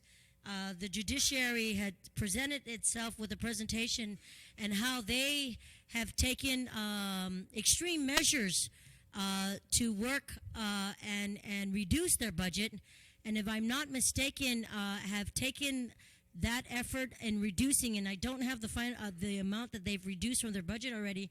And I just think it would be unfair if the appropriation to the judiciary will continue to be increased on that reduction. So I'm going to go ahead and yield, Mr. Speaker, if I may. I do know that the good senior senator from in Iran has an amendment. So if I may. Senator Munya Barnes, you cannot yield your time to anybody right now. Okay, I apologize, Mr. Chair, if I can't yield my time to the senior senator from in Iran, but I will say I object to this appropriation reduction. Okay, on the Calvo's amendment on the judiciary, any objection? Well, there's okay, Senator Simpson. Mr. Chairman, I on this appropriation to the judiciary, for those that attended the Chief Justice was a presentation. it is my understanding that right now, as we stand, they had received a letter from the Bureau of Budget that they are already moving in the direction of the 5% with the judiciary. It is my understanding, I better speak faster. It is my understanding that they had complied with the reporting requirements only to the extent that there was a collapse on their email, their computer system. But I also understand that there are copies that were sent to other members that would verify that they had complied if only those who were reporting the non-compliance had checked with them, picked up the phone. Since we're in the appropriation section of the judiciary, I would like to ask you, it's an amendment in order for me to restore the judiciary's full budget, and notwithstanding the. When you say restore to what it is, the part that has been deleted, line over. Yes, Yes, you are in order. I am in order. So I have been in consultation also with Senator Espaldon, and that was the key question that I asked. Is it a proper motion to be able to do it at this section? And your ruling is yes.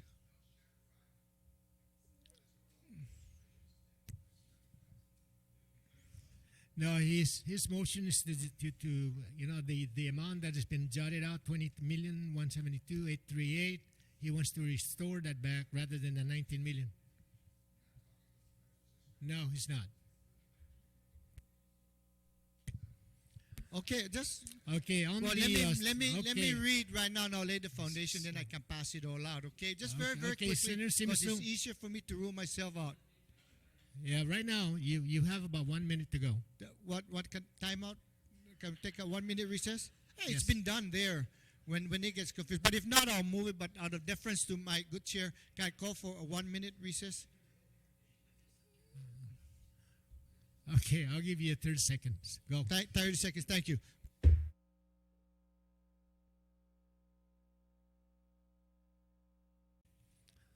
Senator. Okay, on the Munyabang, let me see. On the Simisua amendment to restore. Huh?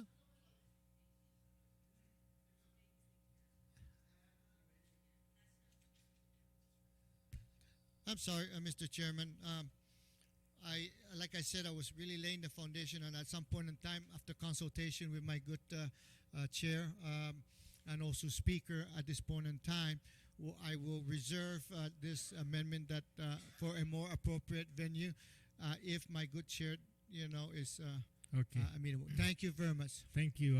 Okay, on the Calvo's amendment then, without any objection to withdraw the motion. Okay, so ordered now. On the Calvo's amendment, without any amendment. Okay, on that motion. Okay. Okay, so ordered. Okay, we're now on. There was an objection to the Calvo amendment, so you need to call the vote. Okay. Okay. I'm sorry. I did not. I really didn't understand what you were saying. There was. There was an objection to the Calvo amendment for the 1% Okay, I'll give additional. you that. Okay. On the Calvo's amendment, as many as are in favor of the Calvo's amendment, signify by raising your hand. Okay, 1, 2, 3, 4, 5, 6, 7. Motion, matay.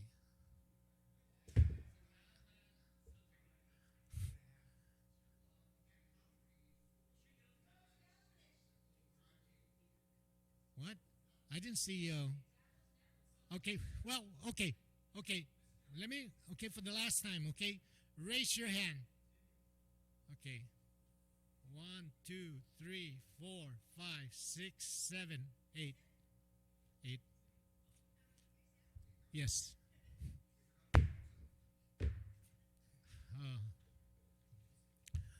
Now on Department of Revenue and Taxation, on the Calvo's amendment.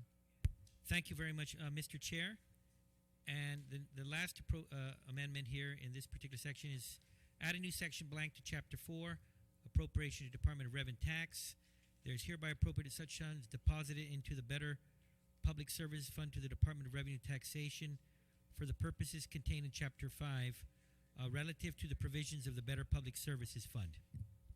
Okay, on the motion, any objection? Okay, without objection, so ordered. Okay, we have completed the Calvo's amendment in behalf of the governor. And so we'll take a, let me see, we'll take a 5 minutes recess.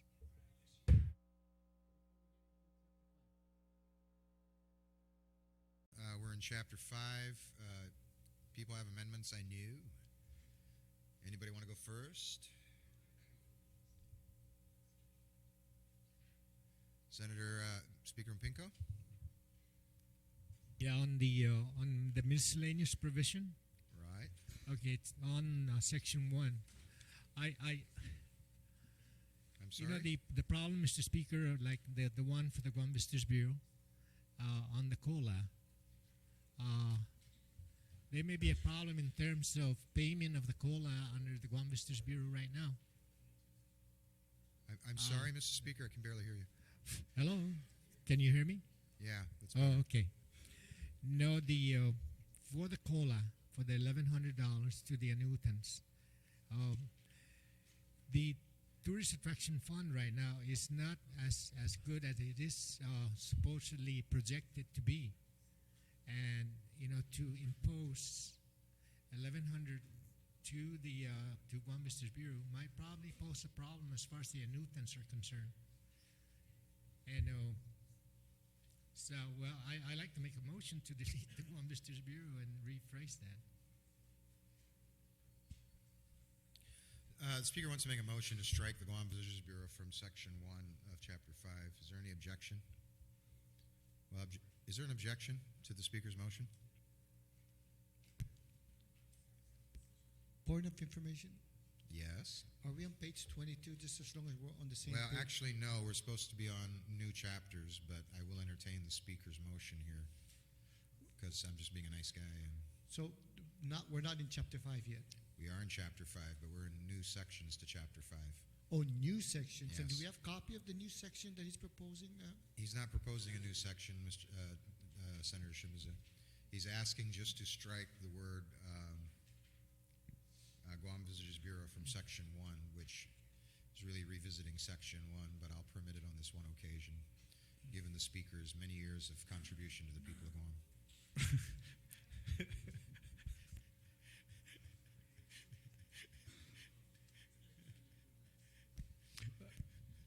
Thank you very much. Senator Shimizu, are you done? Yeah. No, I just, okay, I now know where I'm at. Okay. And he wants to remove the Guam Visitors Bureau from paying the cost of living allowance. Yes, he says that they're in trouble financially. And if they do that, what would happen to those employees that are or retirees out of the Guam Visitors Bureau? Who would take care of it? I'm sorry. Does that mean we have to amend the? No, now under the current status quo, all COLA annuities, all of this annuity share, the COLA annuity share is paid by the general fund. So it would revert to the general fund. Okay, thank you. Senator Pangilinan? I just want to echo your sentiments with regards to revisiting this section based upon the mover of the amendment. Thank you very much. Senator Guthertz? Just a question, Speaker. Are we going to be going back to Chapter 4 for an amendment? 4? Didn't we complete 4 already? Remember, I have the amendment. To 4? No, you can move it in 5. I can move it in 5? Sure, it's Okay. miscellaneous. Miscellaneous means everything's cool. Even if it was supposed to be in Chapter 3, if it's in miscellaneous, it's cool. Okay? Everything's cool. All right, so who wants to make a motion? I got a bunch in front of me, so who'd like to go first? Judy, I know you're very enthusiastic, but can we let somebody else go once? So there's no objection to my motion. Oh, I'm sorry. Is there any objection to the Pinko motion? There being none, so ordered. Senator Lujan, you have a motion? Oh, we're still in chapter 5. Ungan, chapter 5. Mr. Chairman, my amendment has been passed out to all the senators and yourself. You should have it there. This is actually to add a new section. Mr. Chairman is authorizing the solicitation, acceptance, utilization, and administration of gifts, bequests, and donations by the Guam Medical Referral Office. Mr. Speaker, in the start of this whole process, we've had the different agencies and divisions come in here, and obviously one of the most challenged as well is the medical referral offices, most especially in the Hawaii and LA areas, knowing that the Philippine Medical Referral Office has been privatized, and they're in the process, if I'm not mistaken, John, that you're in the process of outsourcing or privatizing the Hawaii and the LA office as well. But in the meantime, they're greatly challenged, and so we're not tasking or trying to take funds from the general fund. We're just allowing these offices and administrators basically to solicit to be able to fund these two medical referral offices. And the reporting mechanism is all inclusive in this. I don't want to, again, there's in the, to be able to move this forward a little bit faster, that the amendment basically is stated as is, what we want to do with this. And again, we're not asking for an appropriation. It's just giving the administrator of the both medical referral offices, LA and Hawaii, the opportunity to be able to to solicit to be able to fund those agencies, and whereby creating a Guam Medical Referral Office trust fund. On that motion, Senator Pangilinan, you recognize? Thank you very much, Mr. Speaker.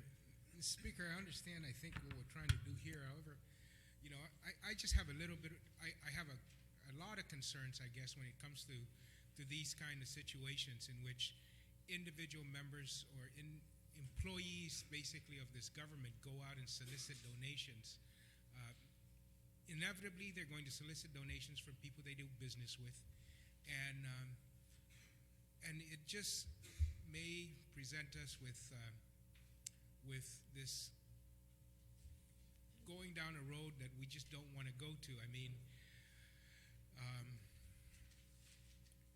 you see the report in the paper today, and that report in the paper is based upon a perception that things happen tit for tat, and allowing individuals to go out and make active solicitation from people that do business with the government really goes against our own current ethics code and the ethics law that's on the books, regardless of whether or not we have the ethics panel empaneled.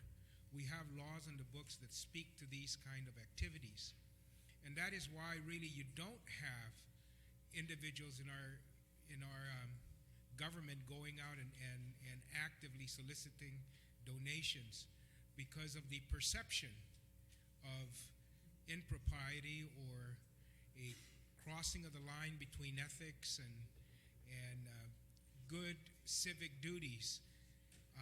You don't want to have members of the community feel that they're pressured to make donations.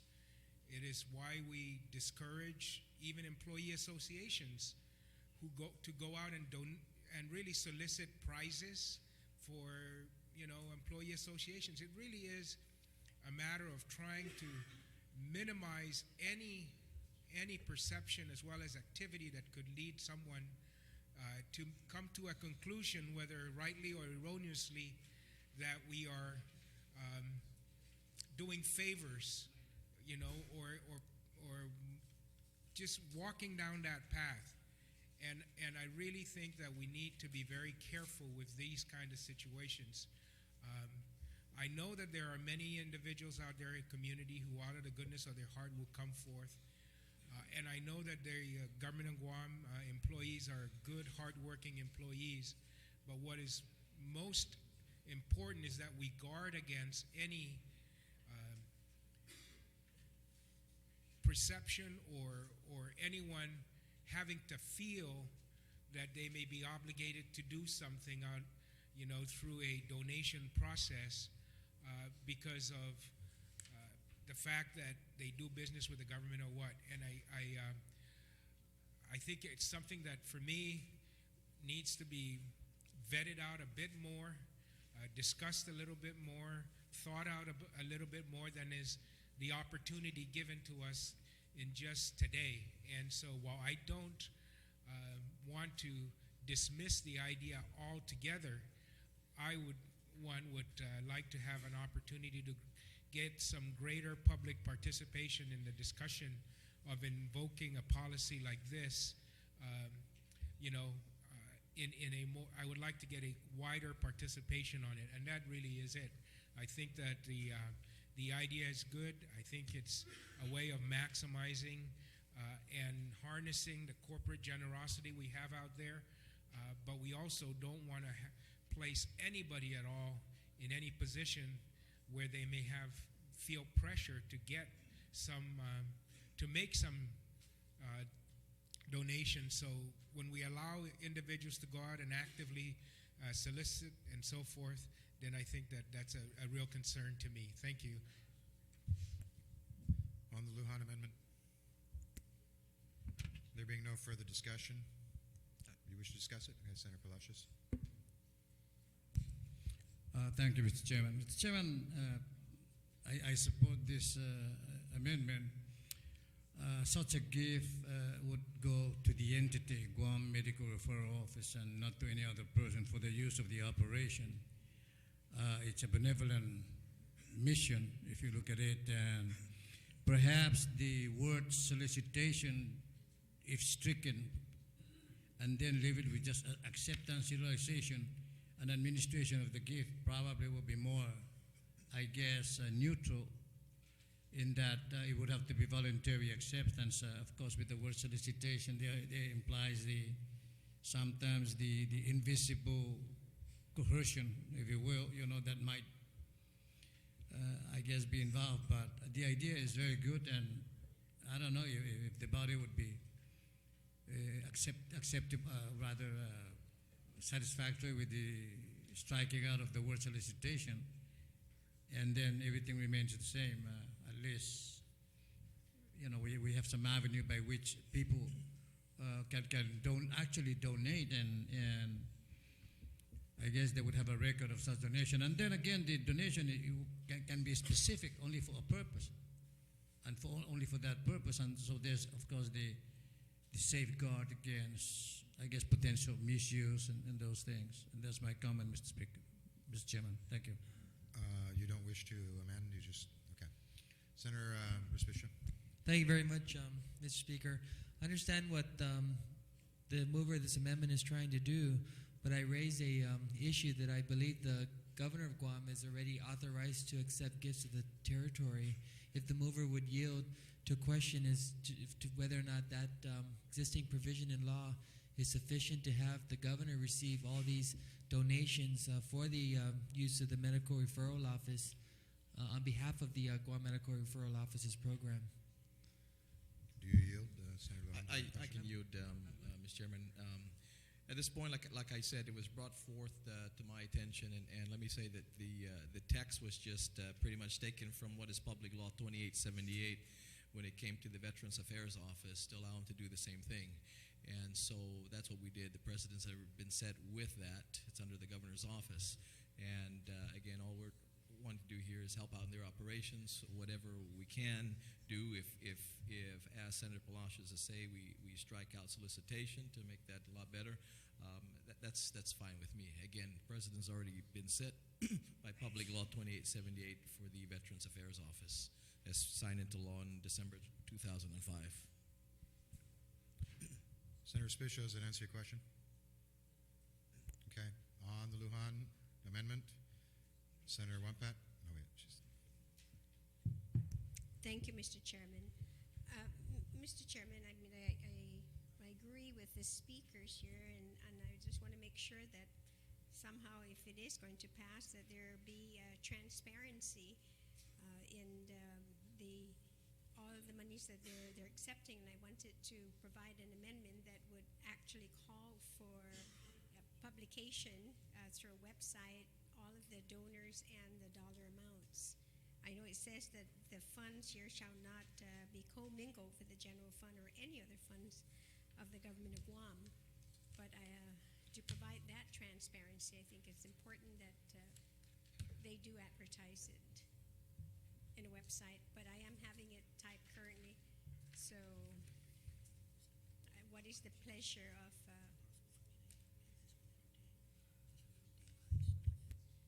but I need to get the language, is what I'm saying.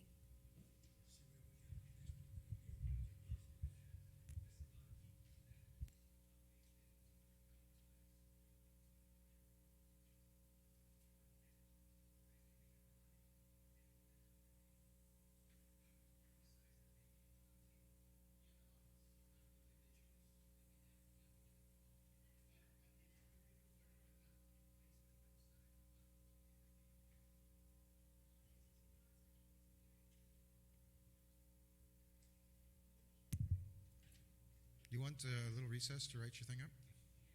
Okay. Take a little recess so you can write your amendment up.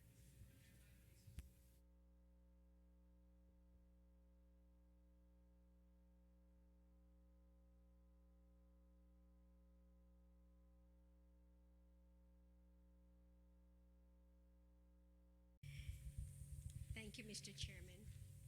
Mr. Chairman, the amendment that I wanted to offer here is to include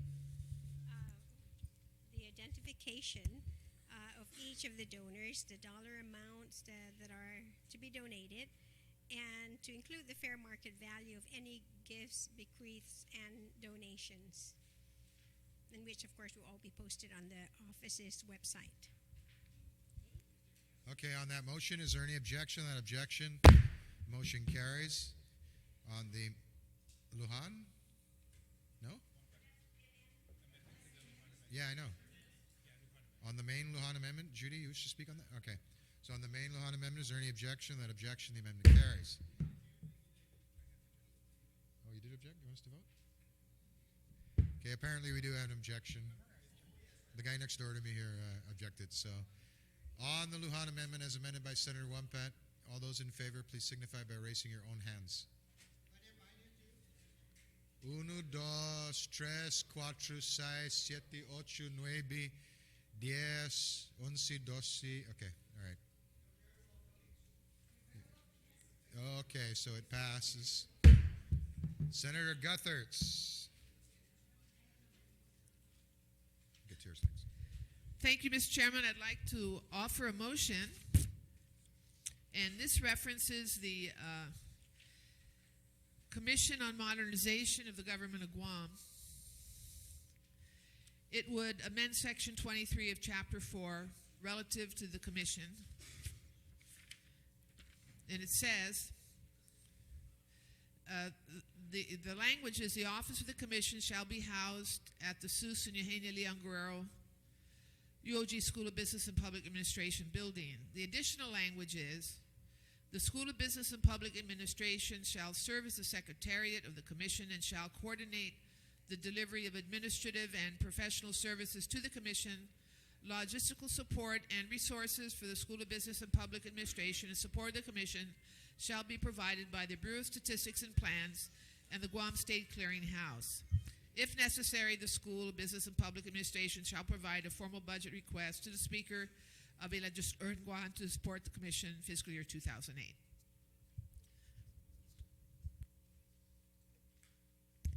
On that motion, is there any discussion? There being no discussion, is there any objection? There being no objection, the motion carries.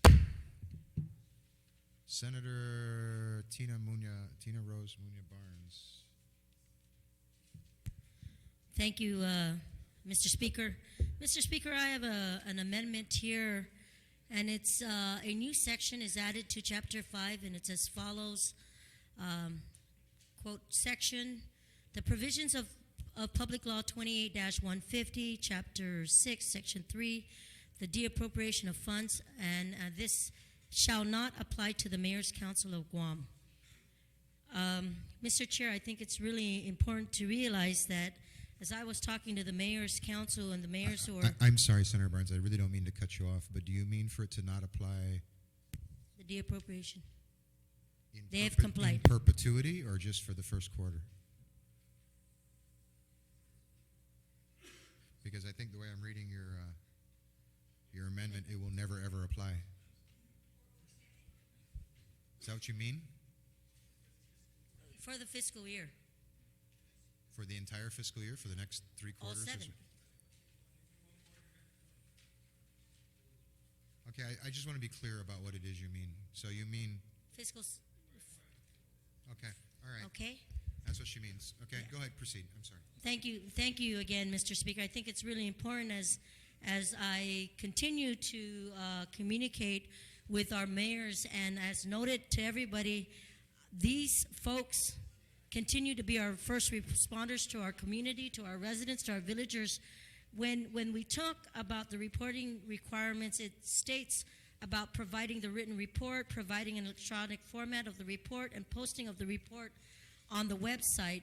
The Mayor's Council and all the mayors present continue to say they have abided by the regulations and that they feel that they shouldn't be penalized.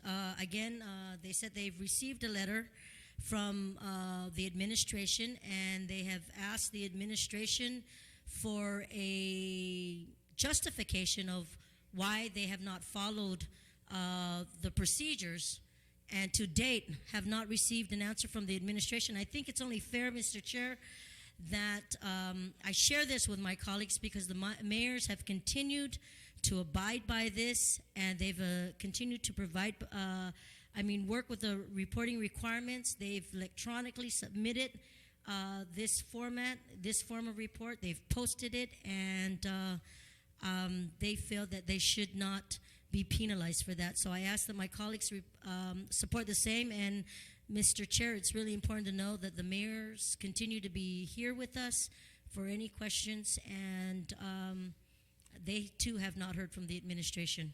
And I hope that my colleagues support this amendment. Thank you. Senator Barnes, Senator Calvo.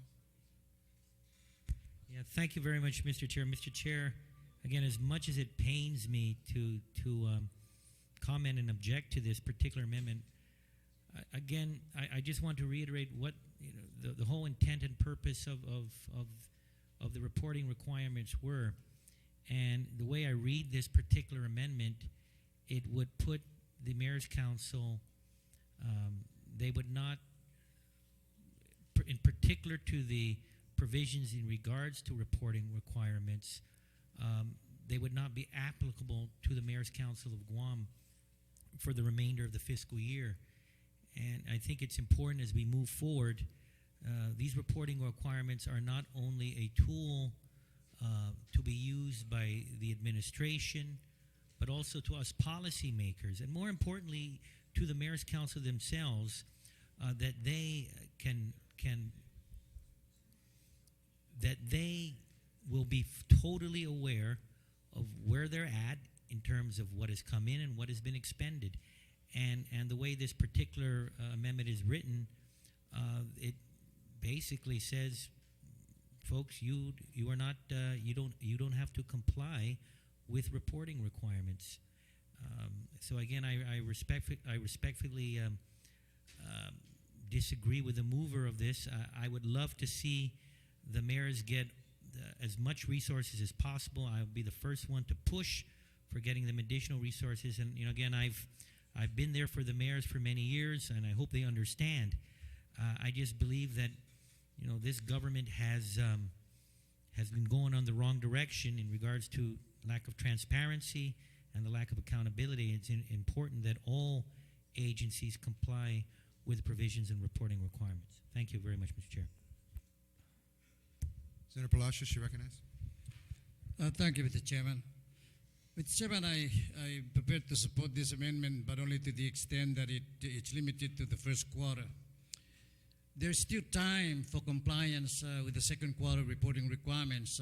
I think they're 45 days or 30 days, and so that unless the mayor can, I guess, tell us that the requirement provision of that section would not be practical for them to exercise, then I want to hear that. I want to hear whether they just cannot absolutely comply with the reporting requirements. Would you like to move to amend the amendment so that it applies to the first quarter? I move that that this be limited to, I guess, at the end of which, at the end of the sentence, shall not apply to the Mayor's Council for October, November, and December 2006, which actually is the first quarter of the current fiscal year. Okay, the motion is to add, I'm at something of a disadvantage because the one human being who doesn't have this amendment is apparently me. I did, and I'm finding lots of people, but I'm not finding this one.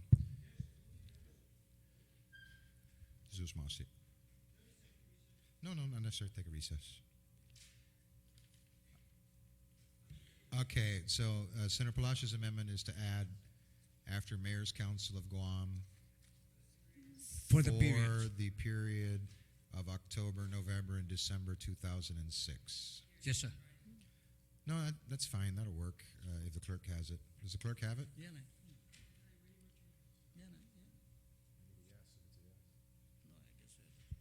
For the period of October, December, November, December 2006. Okay, the clerk has it. So on the amendment to the amendment, Senator Pangilinan and then Senator Shimizu. Thank you very much, Mr. Speaker. Mr. Speaker, it's ironic that we're putting this provision in because in the Office of the Public Auditor's report, it is in fact the mayors who have been cited as being in compliance with the reporting requirements, which goes to show you that they are in fact judicious about their responsibility. And why would they be cut? That's the question that needs to be resolved between the administration and the Mayor's Council.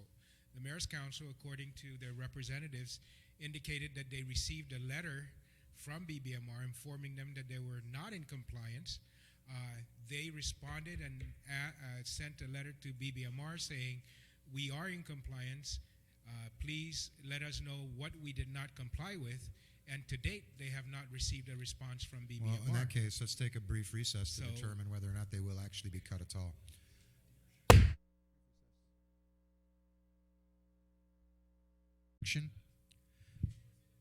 Who? You're objecting to that? Why object?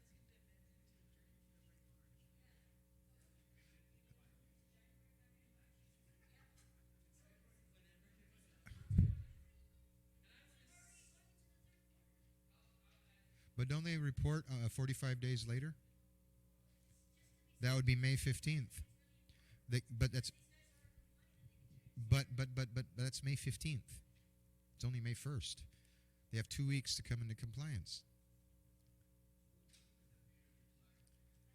To excuse them from this particular thing, the period required is October, November, December. And then they won't be cut. That's the only cut. There's no cut for anything else yet. Okay, no objection on the Palacios amendment to the amendment. On the Barnes amendment as amended, is there any objection? Without objection, the motion carries.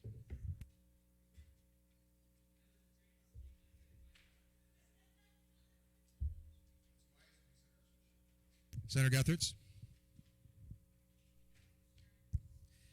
Very quickly, Mr. Chairman, I have a few little amendments to present.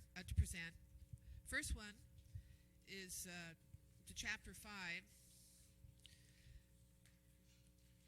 It creates a new section in Chapter 5. The provisions of Public Law 28149, Chapter 2, Part V1, Section 3, the appropriation of funds shall not apply to the University of Guam. Thank you, Mr. Chairman. Okay. You know what? I'm sorry. I just don't have a copy of your amendment. What? Pat. I'm looking. I don't see it. He says he doesn't have my amendments. There's two sets. One has 4 and the other has 2. Where is it? Take a minute recess.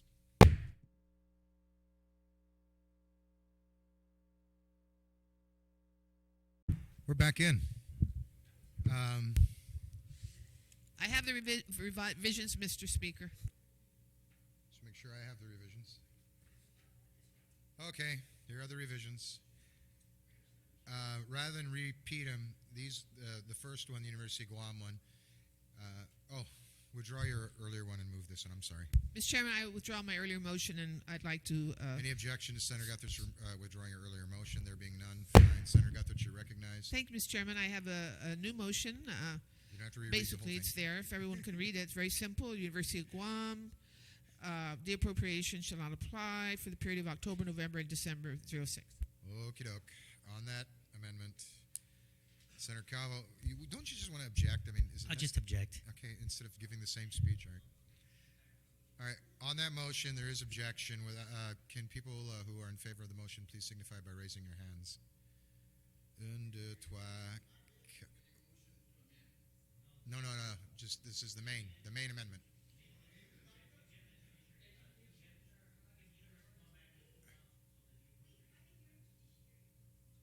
This is UOG. 1, 2, 3, 4, 5, 6. Certainly. Now, Mr. Chairman, earlier, this one deals same concept. This one deals with GCC. Guam Education Telecommunications Corporation, KGTF, for October, November, December. Your stapling is different. GCC next. Yeah. It'll make it easier, Judy. Okay, GCC, same thing. Oh, do you want to speak on it, Ben? Go. No, all those in favor, please signify by raising your hand. GCC. I saw the objection already. 1, 2, 3, 4, 5, 6. Oh, wait. 1, 2, 3, 4, 5, 6, 7. Yeah, 7. You're so nice. Mr. Speaker, next one is for KGTF for October, November, December. Okay, para yun dyan si KGTF. Kita boto. I know. All those in favor, please signify by raising your own hand. Siya titalo. 1, 2, 3, 4, 5, 6. 6. Oh, ahi. 6. 1, 2, 3, 4. 1, 2, 3. Oh, is it all good, Judy? You're in? Okay, so that's okay. Not enough anyway. That one didn't work either. Next one. Guam Public Library. All those in favor signify by raising your hand. Yeah. Guam Public Library, Mr. Chairman. Okay, got it. On that motion. Dinang tatlo. Okay. The next one is the Guam Police Department, and I hope our colleagues will be consistent with their actions from yesterday. Yeah. Mr. Chairman. Is the good senator who moved yesterday here? It was me. No, the one who moved the other one that was passed. It was my amendment, Mr. Chairman. Yesterday? Yes, sir. Yeah. It passed. What about the one that Senator Tenorio passed? He voted for mine.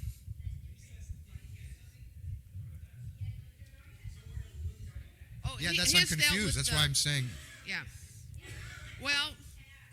Well, Mr. Chairman, I don't know if that would cover this. Well, let's be sure. They're facing about 1,600,000. Can we be sure before we vote on an amendment we may have already substantially voted on? Okay. 1 second recess here while we find out.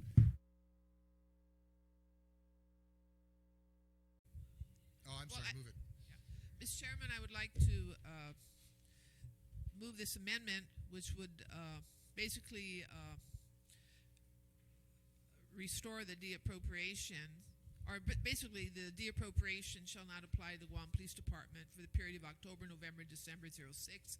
Just to remind the body, Mr. Chairman, that there's over $1.1 million that would be de-appropriated to the Guam Police Department if the 5% cut is maintained. That's a lot of money, and I think it would really prejudice the community in terms of the safety of our people and our children. We all understand the financial difficulties of this government, but we cannot allow our community to run rampant with crime and criminals. We need the Guam Police Department to operate at its maximum ability to protect this community. So I urge my colleagues, particularly my colleagues who have their roots in the Guam Police Department, to please support our men in uniform and our women in uniform and our civilian personnel at GPD. Thank you very much. Senator Shimizu? Thank you, Mr. Chairman. I echo the sentiments of Senator Gutterts. Again, it's simply because that's one of the four pillars upon which I set my priorities beginning 8 weeks ago, and one of them is public safety. And ostensibly, this amendment is really a forgiving amendment because they did not comply with the laws of the previous legislature in terms of the reporting requirement. However, and it's only for those period of time. This does not relieve them from the responsibility of complying. This is the first time ever requirements, I think, that has caught the government of Guam wide with they're not complying. And if it's one or two, I can maybe understand are non-compliant. But there was a massive number of government agencies. But public safety is absolutely very important in our war against crime and even today with terrorism. And again, I put up the newspaper in terms of the security report. I would feel much more secured that the $1 million plus, Senator Gutterts, that we're talking about, be placed in the hands of our law enforcement people. So again, I will call upon my colleagues to support Senator Gutterts, and on a personal note, I implore St. Michael to, assist us in making this decision and support this amendment. Thank you, Mr. Speaker. Thank you, sir. Senator Pangilinan. Mr. Speaker, if I could just beg your indulgence here, and I speak on the amendment proposed by Senator Gutterts, but I'm trying to reconcile it with the further amendment yesterday that was passed. The amendment that was passed yesterday, the Tenorio Amendment, says that notwithstanding the restrictions placed on the transfer authority in Public Law 28-150, Imagalahi may transfer up to the amounts de-appropriated from the Guam Fire Department, Guam Police Department by the provisions of Public Law 28-150, Chapter 5, Section 27. But when I look at the de-appropriation, which meant that the de-appropriation language in 28-150 that I can find is in Chapter 6, and it's Section 3. So I'm not sure if that's just a technical error in the reference, so that this amendment doesn't really do anything the way it was passed by the body. Yeah, additionally, I think that Senator Guttert's amendment would moot the amendment anyway because it does refer to funds de-appropriated subject to that. If Senator Guttert's amendment passes, there will be no funds de-appropriated. Right, but even then, this amendment doesn't do any. We'll instruct the legal counsel to make the citation appropriate, if that's okay with you. Ooh, okay. Okay? All right. Yes. Help the clerk. Just want to make sure we Will know the clerk what we're take doing. note of that, please, to direct the legal counsel to correct the citation? Senator Tenorio. Thank you, Mr. Chairman. Mr. Chairman, we're all aware, as the good gentleman from Mindanao pointed out, the intent of it was to try to allow the governor flexibility to move money back into these agencies. Corrections, fire, and police are all in a very precarious situation with respect to public safety and the ability to make sure that those functions are met. And the flexibility here would accomplish, in effect, what the gentle lady is trying to achieve also from Mangilao with respect to the de-appropriation We create a budgetary imbalance, as you know, as every time we go through this, we say that we're not going to take money as per the deappropriation automatic measure in the existing budget law.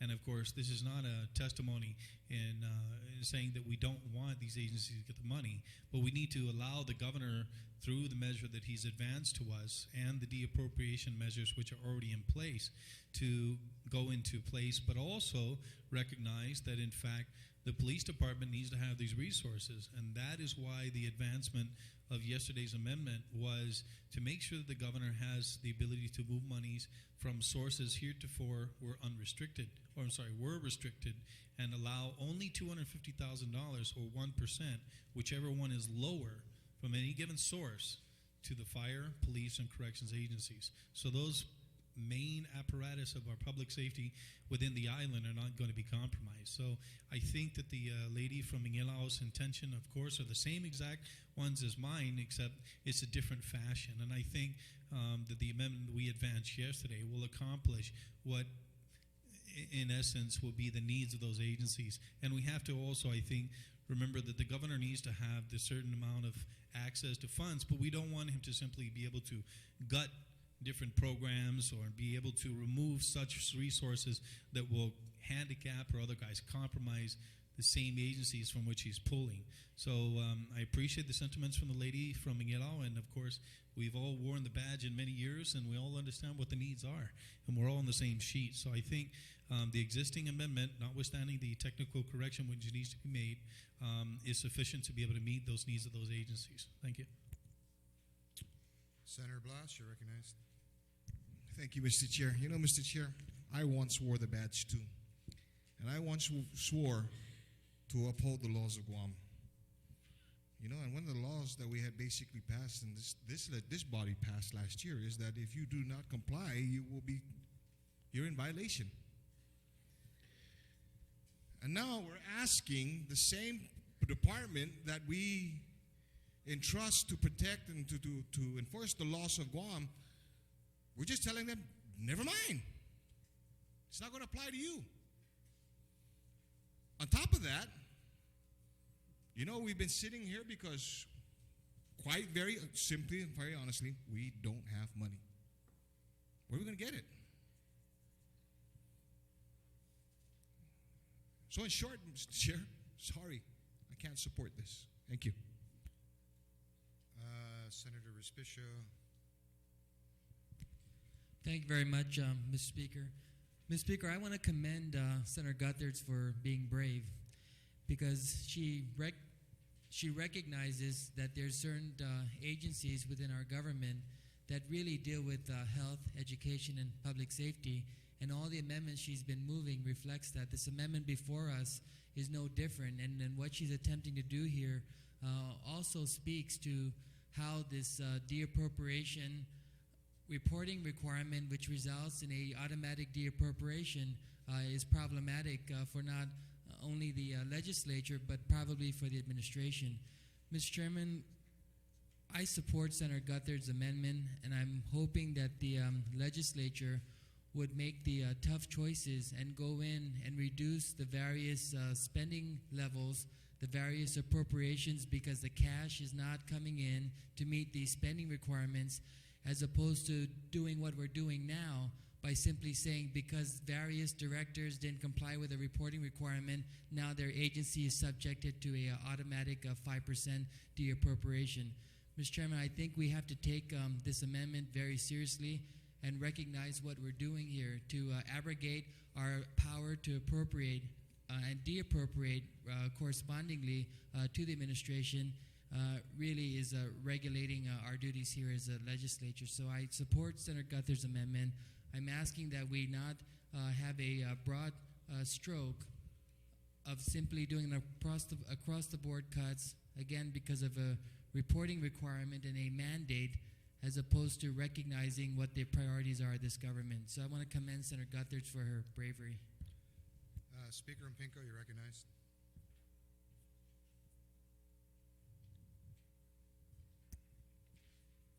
You know, one of the hardest things to do, Mr. Speaker, is to really look at the reality straight head on.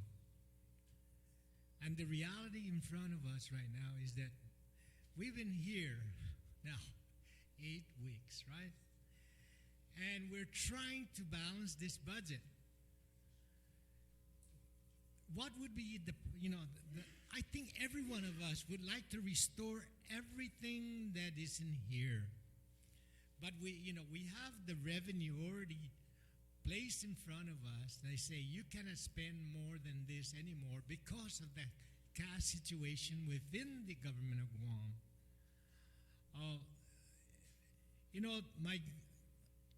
One of the late, and I regard this senator as one of the best, Senator Dick Titano.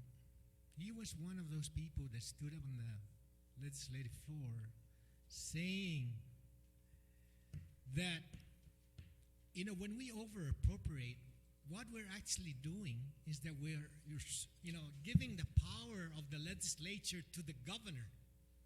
And he, rather than the legislature prioritizing the spending, the governor would take charge in terms of how it's going to use that cash.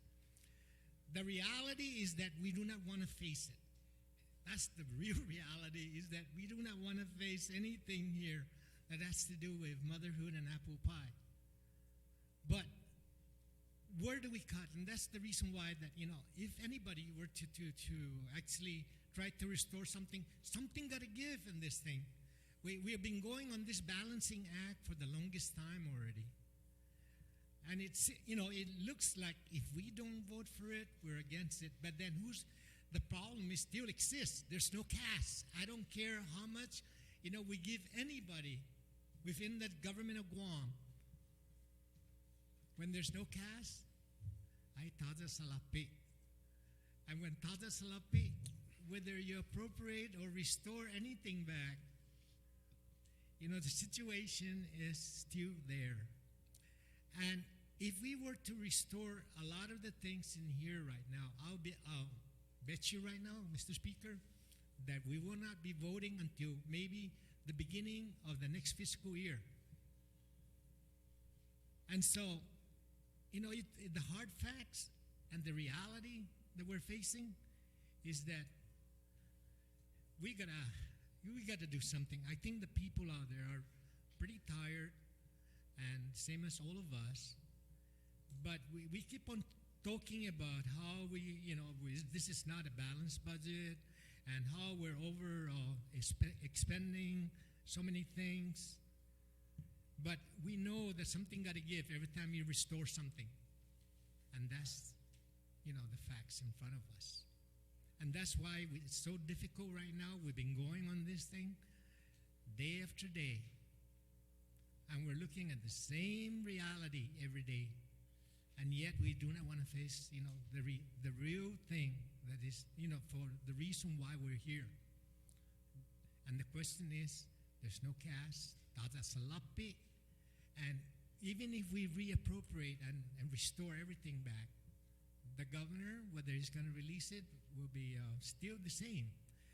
We're tracking right now on a point where even if we have everything that here as the way it is, let's say we vote on this, the governor will still not be able to spend what he wants to do or implement many of the programs that we want to see done.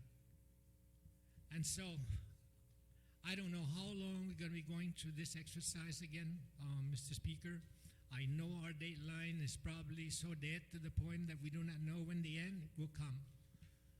But we're so deep down that every time we restore something or do something in terms of, the budget itself, you can ask St. Michael or anybody, to provide us a miracle.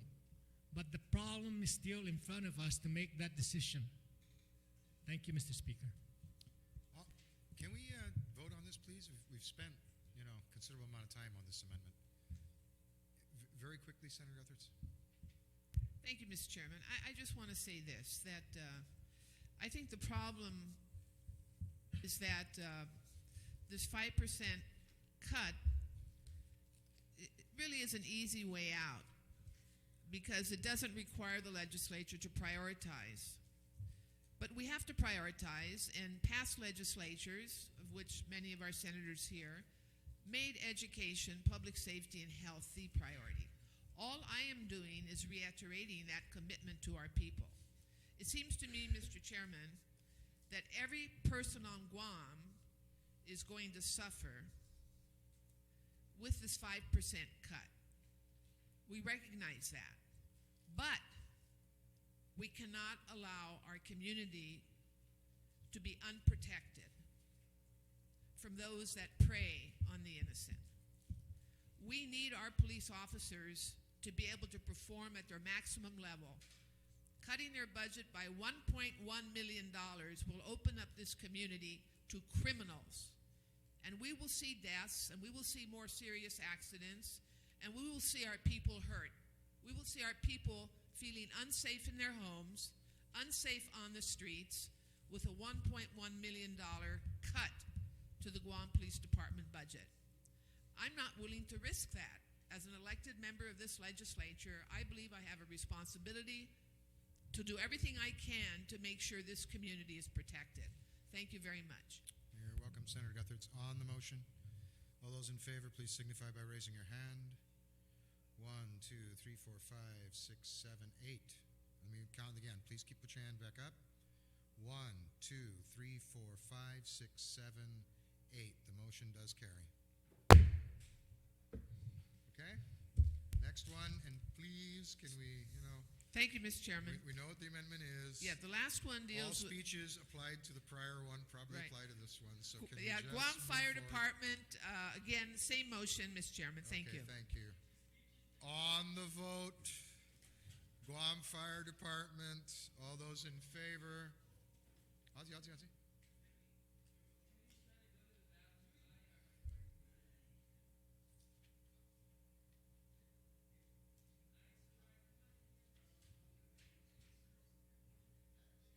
All those in favor, please signify by raising your hand. Fire. Fire didn't make it. No, but there's one vote that wasn't there. One vote that was there for police is not there for fire. Fire's got 7. Fire failed. No, it wasn't the speech.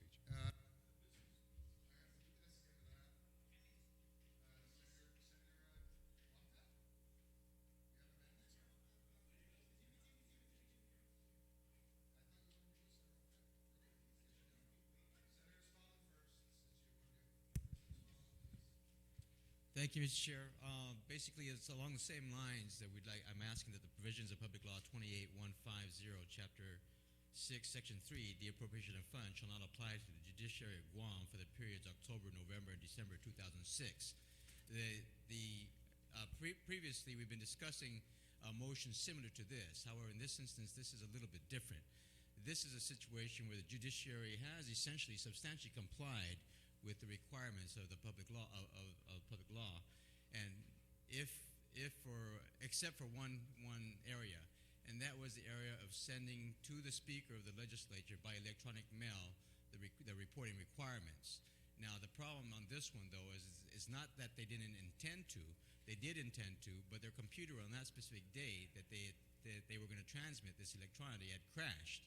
Now, on the other hand, they did on that day put up on their website the requirements, as well as they did submit a hard copy to the Speaker of the Legislature. So at this point in time, I'm asking that we do pass this amendment and not basically deappropriate the judiciary, the 5% for noncompliance. Okay, Senator Shimizu, I think this foundation was laid earlier, so I'm already on the topping. can you just We're having a topping Can you ceremony. just fertilize the plants on the outside of the No, I'm foundation going to a little topic bit? first. Okay, The thank you. topic. I stand in support of this. The foundation has been laid since even the beginning, Yes. when I opposed the cuts out of customs and tradition. Today we went through what I felt was an excellent, state of the judiciary in terms of his speech. You really should have been there. It was really very articulate. I even brought back, the the strategic planning for my colleagues' copy. But right on to that, again, I stand in support. They have substantially complied, and it's one of those things called Murphy's Law. It really was Murphy's Law that it's in cyberspace somewhere to be able to cancel. And I know the good speaker understands, and I trust the integrity of the judiciary in terms of this glitch, and so I stand in support of them. This does not, however, relieve them from the reporting requirements henceforth, and I'm sure that they will be ever vigilant that when they send an electronic email to the speaker as part of the compliance, that they also get electronic notice of receipt to hold that, so we won't be in the same dilemma. So thank you, Mr. Speaker, for allowing me to present the topping off of the foundation that I laid 8 weeks ago. Thank you. 30 seconds. Senator Munya Barnes. Thank you, Mr. Chair. I just want to stand in support and thank the author, the mover of this amendment, to be a co-sponsor of that. Again, sharing the same sentiments of what the judiciary has gone through, and knowing that they have been given that approval, but that they have abided by the laws, by the regulations. I support this amendment. Thank you. Senator Wampet. Thank you, Mr. Chairman. Mr. Chairman, I remembered having this same discussion, as a matter of fact, in the last budget, not 07, but it was 06, and apparently they were the only one that did not comply, if you remember, or one of the few that didn't comply last year. What is that? Mike, hello. It's dead. Turn it on. Turn it on. It is? Oh, there it is again. Put it closer. No, I think that's why I'm trying to get away from it, because of that sound. Which one? Okay, maybe it's off again. No, it's on. Okay, that way. Yeah. Oh, okay. Yeah, don't point it towards the speaker. You get a little feedback if you do that. Okay. Not the speaker, but that speaker. Okay. The one on the wall. And not this speaker either. Yeah. No, Okay. you can point it to the speaker, but not the speaker. But anyway, what I was trying to say is that I remembered last year when they had not complied, and I knew then that because of that, they were going to make sure that then for the new fiscal year that they were really going to comply, and they did. Unfortunately, yes, because what could go wrong did go wrong, but the intention was there, where they in full faith that they were going to, or rather had complied with the law. That I think that it was a lesson learned from the past, and that their intention was to definitely comply with the law, and that's the reason why, in this one particular case, that In this I do case, okay. support. Very well. All those in favor of the amendment, please signify by raising your own hands. 1, 2, 3, 4, 5, 6, 7, 8, 9.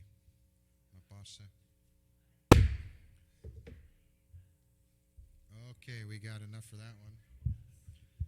Senator Palacios? Thank you, Mr. Chairman. Mr. Chairman, I'd like to offer an amendment, I think the same amendment that we just got through, in this case for the Office of the Attorney General, and it is to add a new section for which the provision of course, the appropriation of funds statute not be applied to the Office of the Attorney General for October, November, and December. And in fact, to my knowledge, they've already complied for the second quarter reporting. And if I may offer just a minute, I asked for, in behalf of the Attorney General's office, for forgiveness of the failure to comply for the first quarter for three reasons. There were three very rare circumstances occurring during the period in which, of course, the report was to have been made. And these are very rare circumstances. And number one, of course, is that everybody here knows that there was just no transition between the outgoing Attorney General and the incoming. There was not even a cooperation. And that's very, of course, very, very chaotic, I can imagine, in the office of the Attorney General during that period of time. And the second, really, circumstances was the preparation leading up to the presentation before the United States Supreme Court of the suit actually testing the borrowing authority of the governor. The incoming Attorney General, I think a few days after swearing in January, had to take a trip 4 days after the swearing in to make an initial appearance in preparation for that. And that is an historical occasion to have been heard, a Guam case to have been heard. The third circumstances that actually, I guess, interrupted the harmony over at the office was the Allen Hauser judgment of $500,000 with the very restrictive stipulation that no hiring can occur until this $500,000 is paid off. And having these three circumstances coming together at one time, it is very, it's just mitigating circumstances that I hope that this body can consider and forgive, the Office of the Attorney General for this first quarter. And with that, I ask this body to support this amendment. Upon this office actually rests everything that we're concerned about public safety. This is the funnel into which cases will go to the office of to the courts, the justice systems. Right now, as it is with the current budget, it's just very weak. We all know that. It almost handcuffs the office with respect to what it can do. We all visited the office. They don't even have partition, a place where you need a private room where you can really study the case and prepare it and effectively prosecute the case. They don't have partition, not even temporary partition, but that's later to be addressed. As it is right now with a 5% de-appropriation, it would be doubly difficult for this office to really protect the people of Guam in terms of prosecution. And with that, I leave that to my colleague to consider. Thank you, Mr. Chairman. On the motion, there is objection. All those in favor of the motion, please signify by raising your hand. 1, 2, 3, 4, 5, 6, 7. 1, 2, 3, 4, 5, 6, 7. 1, 2, 3, 4. Well, I got to gavel it, guys. The motion fails. Wait, is there someone who's... Well, Judy, I can't.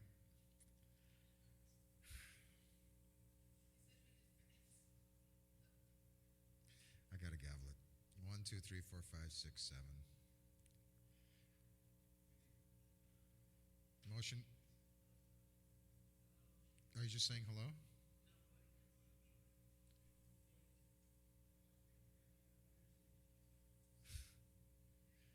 One more time. One more time. On the motion. Motion passes. Next motion. Judy, don't you have some motions? Judy Wampet, since Judy Guthertz is done. Thank you, Mr. Chairman. This is going to be very different, of course, from everybody else, and this actually calls for de-appropriations that are going to be applied to GPSS, but it is to make sure that the de-appropriations are only for Central and that there's a list of those division offices and other purposes.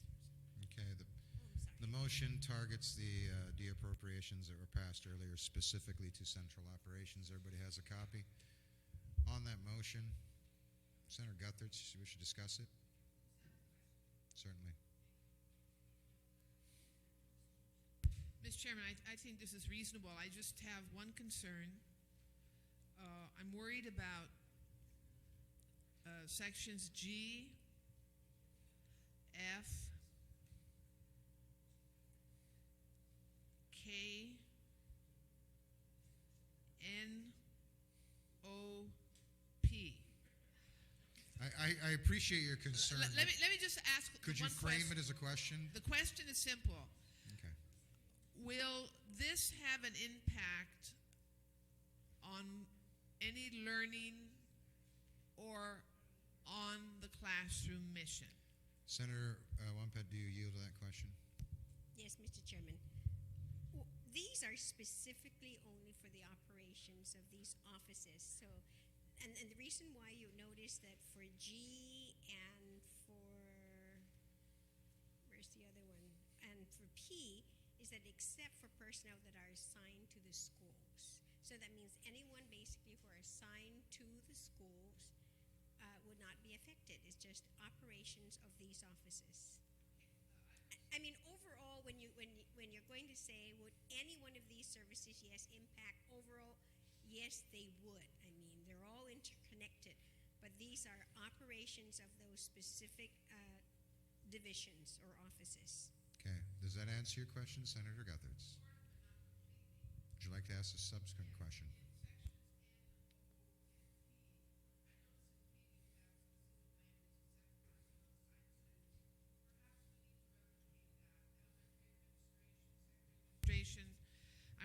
Elementary administration, secondary administration, except for personnel assigned to schools and classroom needs. Except for personnel assigned to the schools and classroom needs. Just to make it clear, because knowing some of the folks over there, they may pass down this reduction to the classroom and to personnel working. 1 minute recess so that the two Judys can get together and discuss that.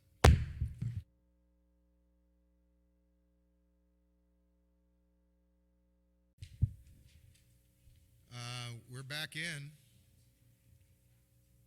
I believe Senator Wumpet. Is this Senator Guthertz going to make the amendment to your...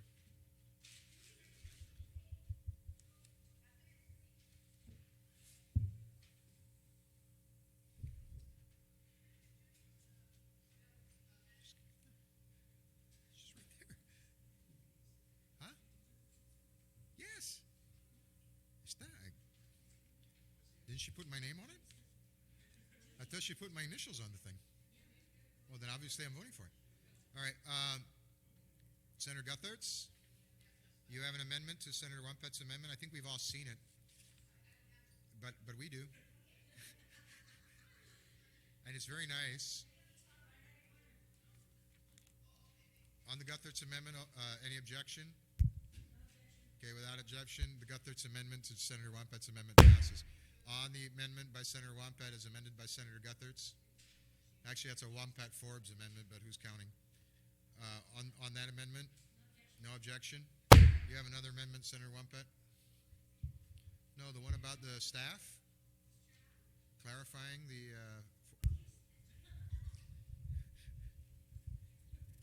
Mr. Chairman, One second. Senator Guthertz, you have another amendment? I'd like to move reconsideration on UOG. Can I do that, Mr. Chairman? No, Judy, just let it go. You sure? Okay. Yeah, just let it go. Is there anybody else who has any amendments right now they'd like to move? I do, but I'm going to have to wait until Senator Wumpet sits down again, so she have to move it for me. All right, we'll take a recess till Senator Wumpet has her amendments in order.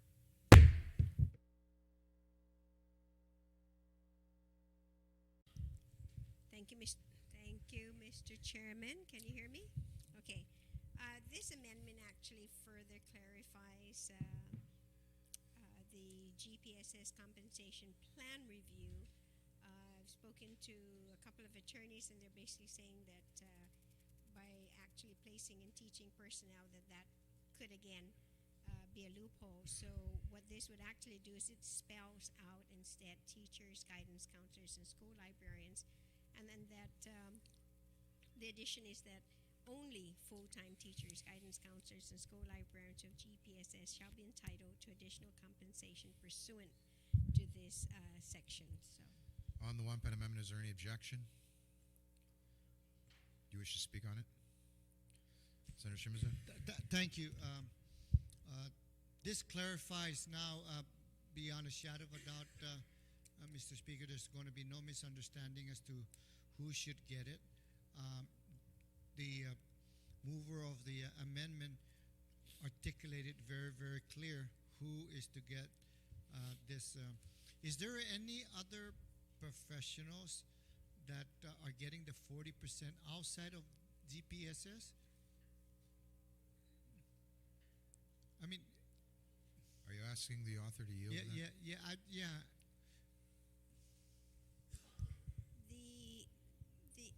Well, DOA made the determination that it would be 14%. So there was a review, the first review. So that means and that is requesting that it be done every 3 years. And because it is not up to the national standards yet, then that means there should be another review.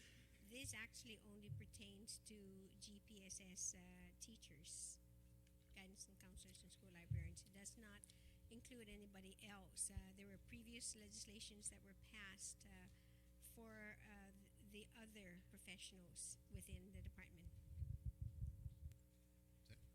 Does that answer your question, Senator Shimizu? Yes, thank you. I have another question. I know that we redacted out teaching personnel and just put teachers.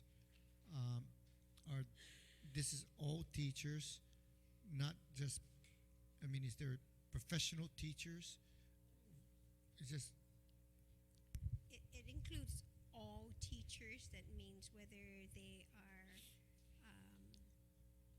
emergency certified, provisional certified, or professionally certified. Okay. And including the Chamorro language teachers as well. Does that answer your question, Senator Shimizu? So compensation plans of all certified teachers. I'm just asking that question again because I think this is a corrective legislation, remedial legislation to make it abundantly clear what the intent of the legislature at that time. And I just wanted to see if we're clear on this and, that we've covered all bases. And I stand in support of this amendment. Thank you. On the Wampat amendment, is there any objection? Objection, the motion carries. Senator Wampat, would you do me the honor and the favor, since I am presiding? There is one amendment having to do with GPSS that has my name on it that I'd like to ask you to move for me, if you don't mind. Mr. Chairman, the motion here is that GPSS will not be affected by the deappropriation of the funds for periods of October, November, and December of 2006. On that motion? No, there's an objection. All right, speak. I have to speak. I have been objecting for every restoration that has occurred over these past several hours. And my objection is not to the intent of the movers of these amendments.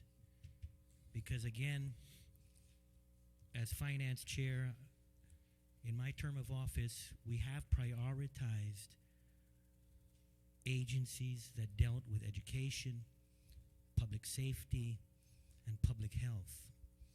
And some of the statements that have been made about the cuts and how there was a disproportionate share or percentage of the cuts being imposed on agencies such as education, health, and public safety were based on a dollar amount.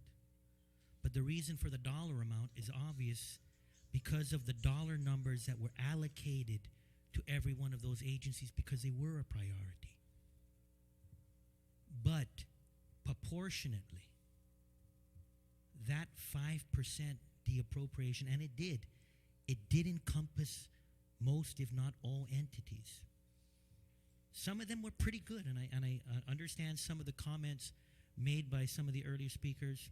Maybe just one violation, and it was technical. It was a computer glitch. But that's the law. Some other ones, as a matter of fact, the one we're addressing right now, it's 17 violations.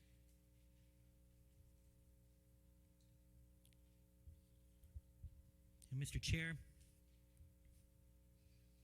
the message that this reappropriation sends out is, number one, what is the purpose of the reporting requirements? Number two, Number two, if there is to be a balanced budget put forth, we have so far restored $11 million in de-appropriations, and inclusive of this one. And with that, how are we to make up for this imbalance if we are to move along in this direction? If we do not find a solution, there is an imbalance. And the other point, if we do find a solution,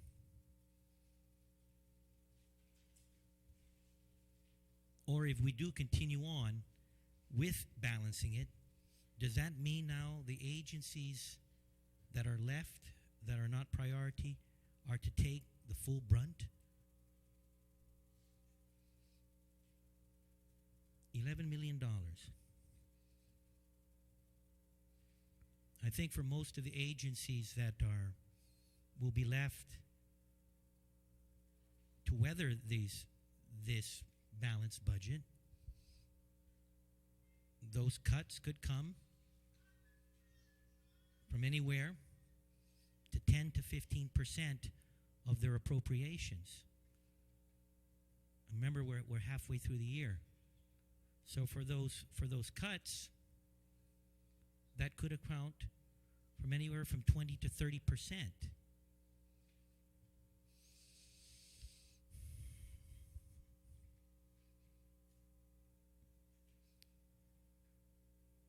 Now I know there's going to be other comments made after my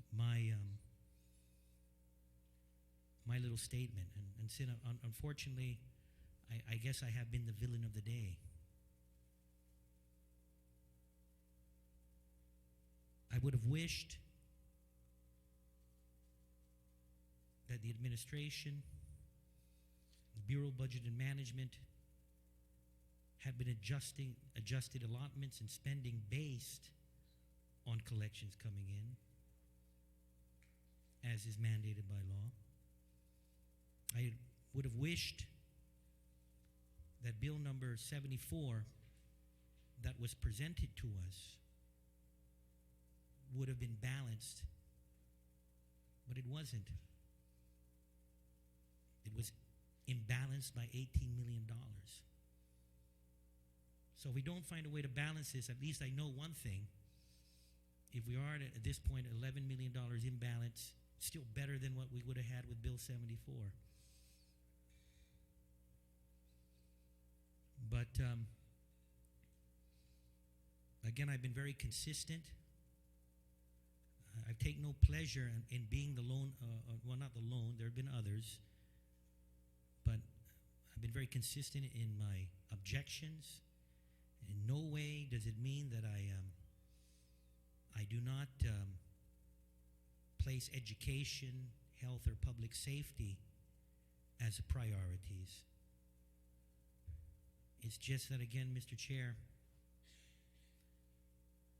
there was a law. A law had to be complied with. There was an unbalanced budget. The budget had to be balanced. Now, as we move along over the next few amendments or few more issues that need to be addressed in this bill, I'm going to be looking forward towards solutions.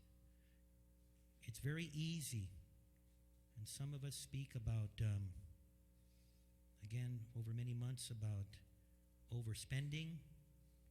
Some senators have made it their clarion call about fiscal responsibility. And yet, when the time comes to deal with very, very difficult issues, when it means actual cuts, some of those folks that were sounding the horn the loudest, for some reason, weren't even whistling in the dark. But with that, Mr. Chair, again, there's resignation. I'm going to object to this amendment, and not because I don't think they're a priority, my objections because of the reasons I have stated. Thank you very much. Speaker Forbes, recognized. I sit here in an almost absolute certainty that my good friend Senator Eddie Calvo thinks I'm going to debate him. So, to set him at ease, I'm going to begin with the following statement. I admire Senator Calvo's fortitude, and I admire his steadfastness. And I know full well, having gone through a couple of budget cycles with him, where he has appropriated more money to the Guam public school system than anyone else previously has, with the possible exception of way back when we had tons of revenue and an old boss of mine came up with a supplemental appropriation of a whole bunch of money. And I know that this is a difficult thing. And I think sometimes Senator Calvo suffers unfairly from criticism that should not be leveled at him. And I think he's conducted himself admirably throughout this entire process. He's been a diplomat, he's been calm, he's been consistent, he's been all those things. And even when provoked, he's maintained that to a large extent. Let me tell you why, though. And by the way, that's why on many of the amendments that have been made where Senator Calvo has objected, I have dutifully followed my chair. But in this case, it's a very practical reason why I'm going to support GPSS in this case, and it's real simple. You do the math, and the application of this particular cut to GPSS is going to result in something like $8.5 million being cut out of their budget. Now, earlier, we cut $900 and I can't remember what, $1,000, almost $1 million out of their budget. And I didn't object to that because I am not of the opinion, as Senator Wampet is not of the opinion, that there isn't room to exercise some economies at GPSS. Lord knows that they do have problems with internal fiscal management. Lord knows that they've made some dubious decisions with respect to personnel, with respect to the expenditure of funds. All that's true. I'm not certain it's more true at GPSS than it is in some other places in the government of Guam, but it is true. And once we are done with this particular bill, as those who have attended those committee meetings are fully aware, we will continue with the committee meetings that we were having with the board and with the management at GPSS to, for lack of a better word, help them find those economies. But tonight, as I sit here and knowing what we do know about their financial situation, it's just hard for me to contemplate an $8.5 million cut to their budget in the last 6 months because, since it will be applied in the last 6 months, it is in essence a $17 million cut. I just don't think that's something they can handle. And in the case of GPSS, no matter how deserving sometimes even I might feel they are of chastisement because of some of the financial decisions they make and the way they run the show there, I fear that a cut of that size would inevitably come out of teachers, supplies, repairs, kids. And having said that, I want you to know that some of us are very aware of the fact that from time to time GPSS hides behind that truth. They know that they are doing, frankly, the most important job in the government of Guam. Because in the end, if we're not training kids to take over, we're not doing anything.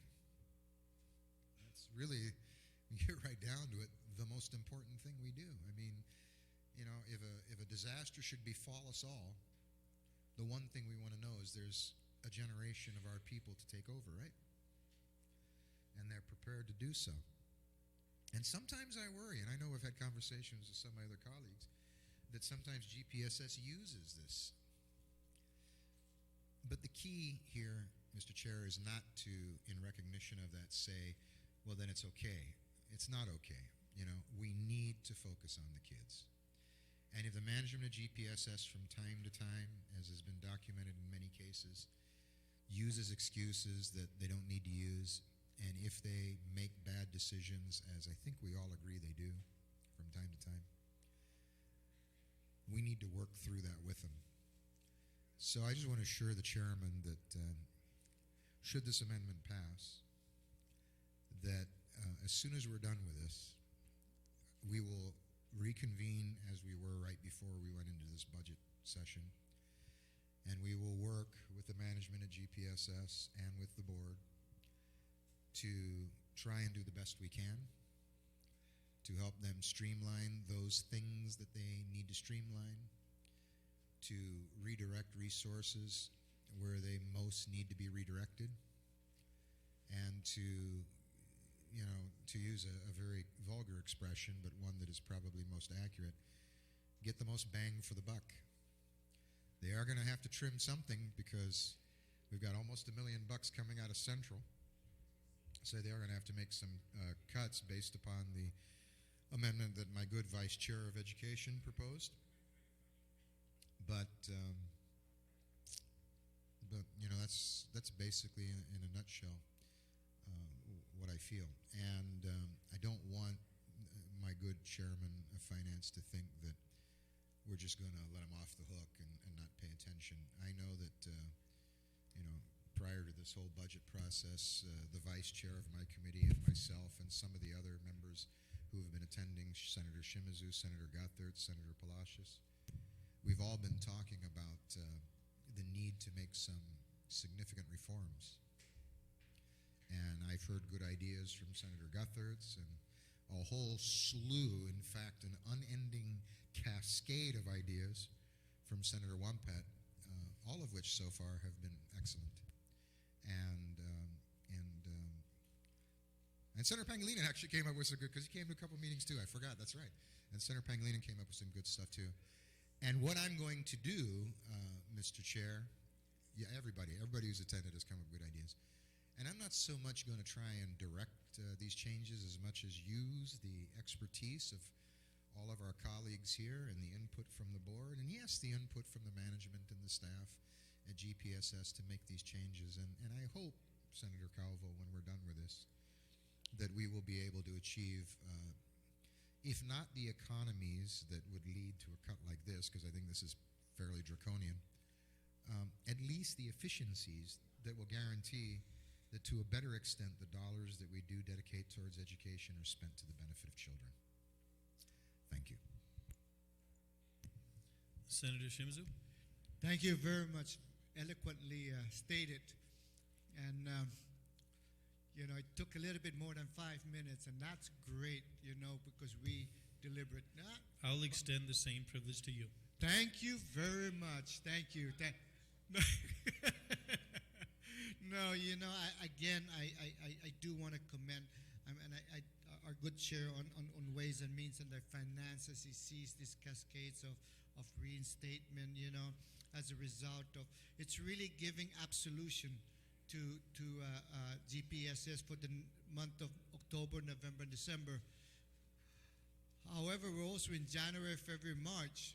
My question will be, are they also in compliance or not in compliance to January, February, March? I don't know that.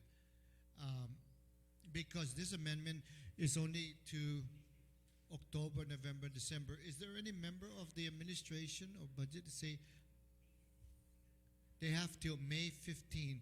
Okay, so they still have about 14 more days, maybe less than that, because not counting the weekends. I have to have faith that our good chair has the know that they will comply by May 14th.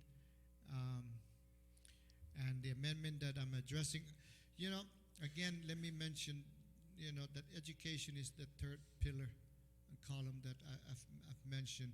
I have had the privilege of going with the good chair on the tours and roundtable discussion, it's really been an eye opener, because it almost appears that we as legislators are working with the board and the administration to try to see what we can do to put in our 2 cents bit in terms of cost containment, and also in terms of being able to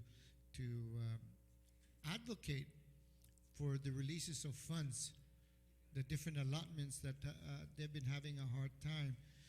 You know, if I may have the newspaper, I think this was the other day, but I look at on Tuesday today, Southern High School has been without full air conditioning for the past 119 days. The Mooning Elementary, my hometown, 81 days of no air conditioning. You know, what are we to gain by holding back $8 million that we have appropriated because of what has done in the past legislature that we are now inheriting? We are now inheriting that we will call back, de-appropriate $8 million because they did not provide the staffing patterns for October, November, December, and all other reporting requirements, and they didn't give it to the speaker. Ultimately, at the end of this, we're not punishing the GPSS board or the superintendent. It's the teachers and the students for 119 days in Southern High, 81 days in Tamuning. I have gone around and see the schools. Some of the schools, the image of the schools, some of them have not been repaired since Pangsangwa. Some of them, this is not the only schools that they have air conditions that are not working. This is not the only schools. But be it as it may, I don't know if the intent of the previous legislature was focusing on the reporting requirements so much as being punitive in nature if you don't comply. Now, who really, suffers? Education is the golden key.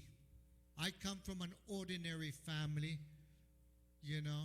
but with extraordinary parents who did everything that they can to entrust me to the public school system. Entrust me to the public school system, and I am very proud, and I thank all the teachers who I went through, what made me who I am today. And now I'm in a position to say, who I am will make a difference. And again, I ask our colleagues, yes, we're trying to balance the budget, but let's prioritize where those things can be balanced. The 4 areas was health, public safety, education, and revenue enhancement. I was turned down in giving revenue and taxation the kind of wherewithal and resources to be able to get the money so that we can take care of some of these shortfalls.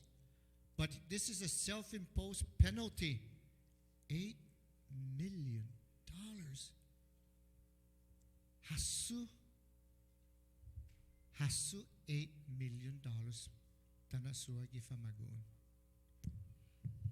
Mr. Chairman, I stand in support of Senator Forbes' amendment. I would be honored if he puts me as a co-sponsor. And is that me? But I said I would be honored if I can be put as a co-sponsor. And I ask all my other colleagues to please support the Forbes, Wampat, and Simizu amendment. Thank you. Senator Respicio. Thank you, Mr. Speaker. You're welcome. Remember, I've been listening attentively to the previous speakers, and I think they spoke well beyond the amendment. So I'll try my best to confine my comments to the amendment, your amendment, Mr. Speaker. But if I go slightly a little bit to the right or to the left, I hope As you give me long the as same you're courtesy. generally in the neighborhood of the amendment, you know. just- Absolutely. I can't somewhere find there. myself anywhere else but right on the issues. Okay. Mr. Speaker, I rise in support of this amendment. And for those of us who support these kinds of amendments, Mr. Speaker, I don't believe it's a matter of being inconsistent. I think it supports what some of us have been saying right along, that to do a reporting requirement and then have a 5% de-appropriation as a result is not really the way to balance any budget in any government, and it does not present itself to doing the right things. Here we have a situation where the GPSS is faced with a 5% de-appropriation, which amounts to $8 million. And I've been tracking all the amendments so far. I've been tracking the adopted levels versus the Calvo amendments, the differences, and adding the 5% reduction. We're more like a shortfall of about 14.5 million as opposed to 11 million, and we can dispute that later. And this is inclusive of your amendment, Mr. Speaker, if it passes. I just want to say that this entire budgetary process presents itself with many more challenges on the road ahead. I think that this is, Mr. Speaker, are you okay? I'm fine. I'm just Okay. communicating with you as best I can. Yeah, I'm just hoping, Mr. Speaker, that there be a recognition once and for all of how impractical it is to implement this mandatory de-appropriation, and we're going to continue to see amendments like this, and this is why some of us have said all along that this budget is not balanced, and we're going to continue to see amendments such as the one you're raising, which will still force the issue of how we should reduce the spending authority because the cash is not coming in, as opposed to reducing the spending authority because the director didn't comply with certain reporting requirements. Thank you, Mr. Speaker. No problem. Senator Palacios? Thank you, Mr. Chairman. Mr. Chairman, tonight with reluctance, I stand in support of this amendment for the same reason that earlier expressed by the mover of the amendment. But here tonight I say this, that this is the only time that I will support, for a forgiveness for the failure to make this report. GPSS has to try its best to conform with the requirements.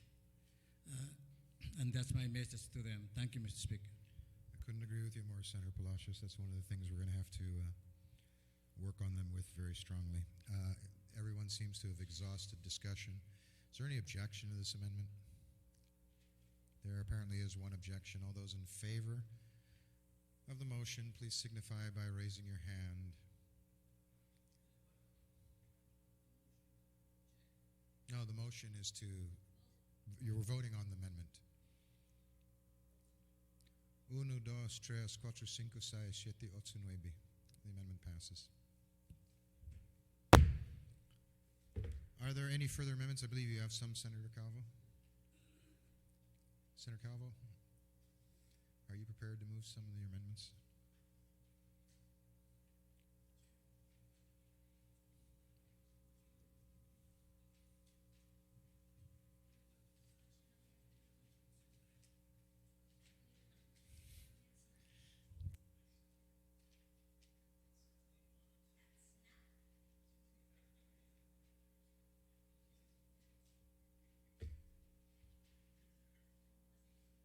We'll take a 1-minute recess.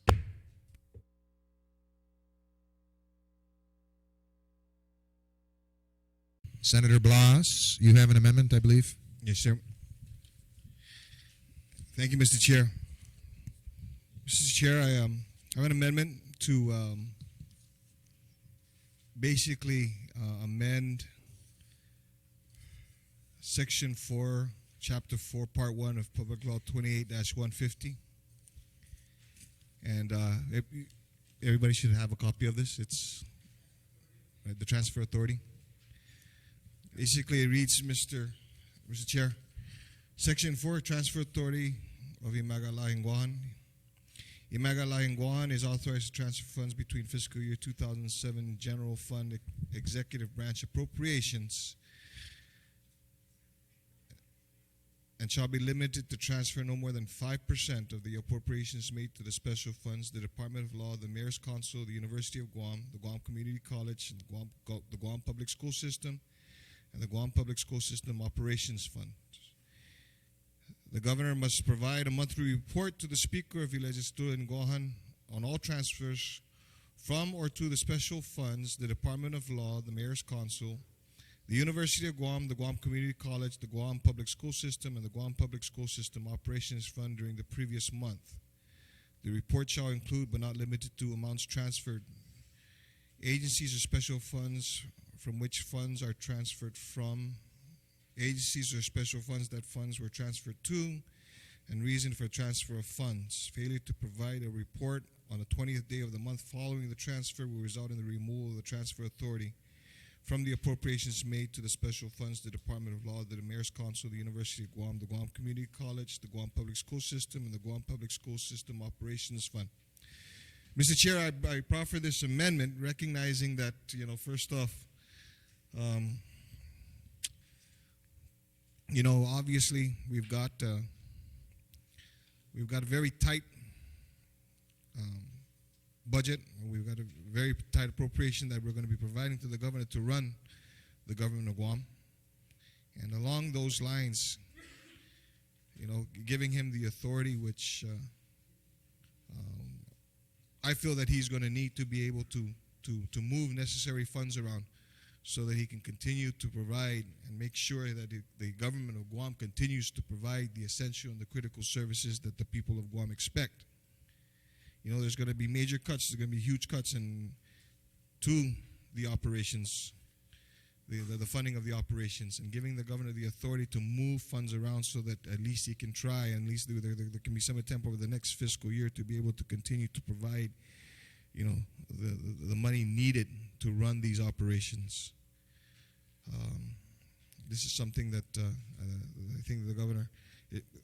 I know the governor is going to need to be able to do this. So with that, Mr. Chair, I am asking, my colleagues to support this amendment, in light of the number of different amendments that had been proffered throughout the weeks, and at least giving the governor some flexibility in being able to continue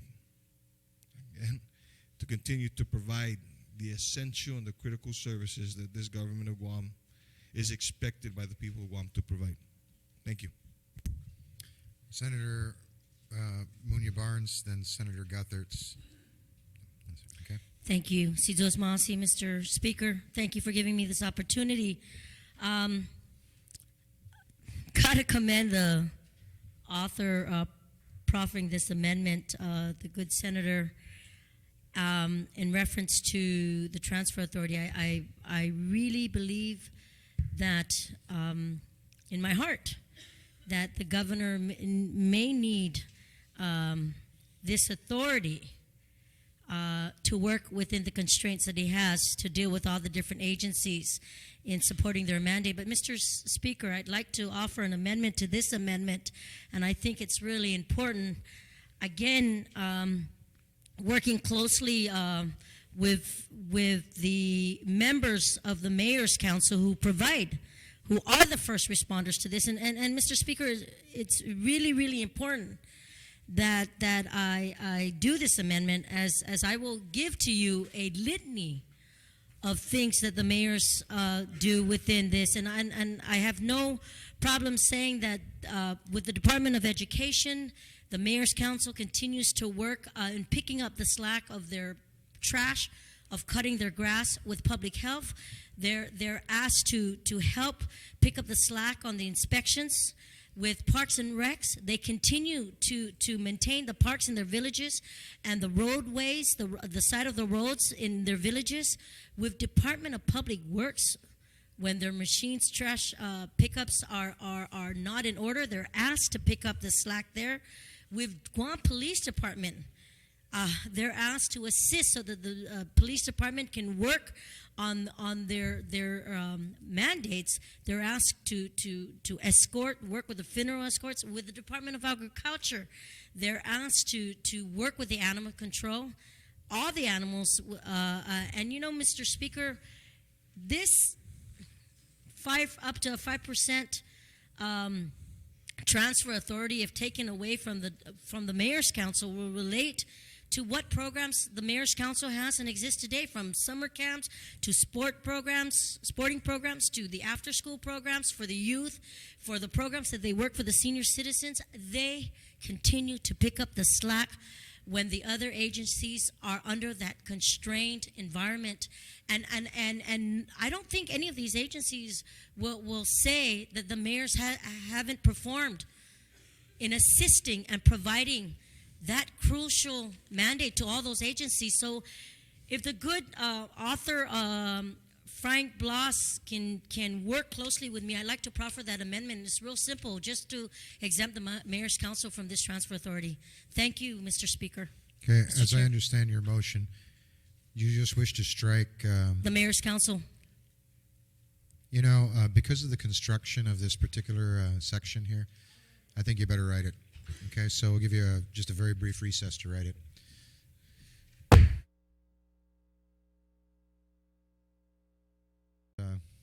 Whole again.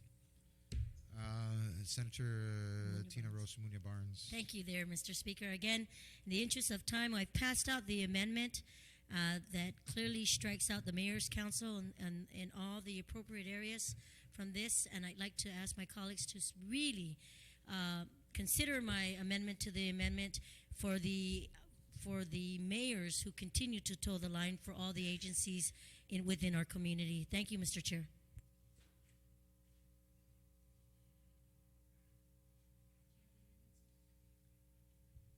You know what my only concern is, Senator Muñoz Barnes, is although you struck out the mayor's council on deletions, you did not restore the mayor's council on the top part that was struck out, so they're not exempt.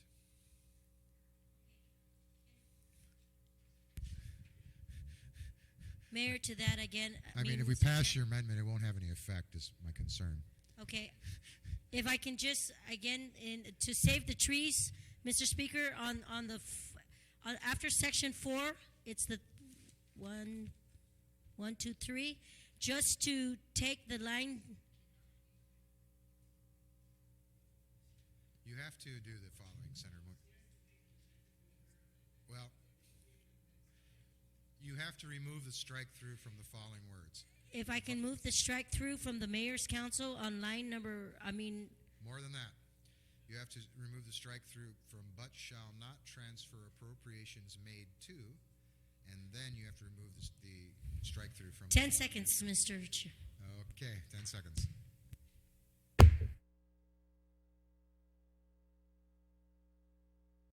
Called order. Senator Muñoz Barnes. Sizuas Masi, Mr. Chair, thank you again. The amendment, the proposed amendment with the asterisks written on it, has been passed out to all my members, showing the change. And maybe just let me read it. The Section 4 Transfer Authority of the Magalan Guam. Magalan Guam is authorized to transfer funds between fiscal year 2007 General Fund Executive Branch appropriations, but shall not transfer appropriations made to, and then it says the Mayor's Council. Everything else is stricken up to the word operational funds, and then it strikes out the Mayor's Council in the appropriate places, Mr. Chair. Thank you. On that motion, is there an objection? I think I heard the word objection, but I'm not entirely sure. But I'll assume that was indeed an objection. Let's call for the vote. All those in favor of the motion, please signify by raising your own hand.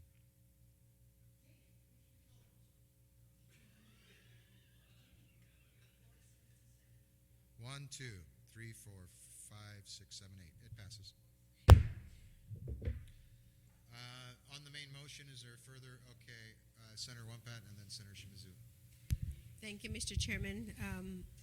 I do have an amendment very similar to this. However, it is being run off And actually, it would actually include then the GPSS, the school system operations, the public school system, and the Guam Public School System Operations Fund.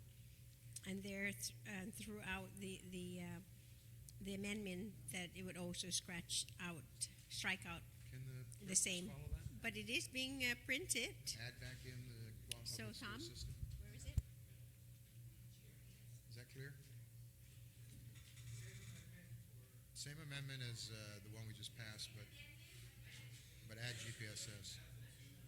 You got it?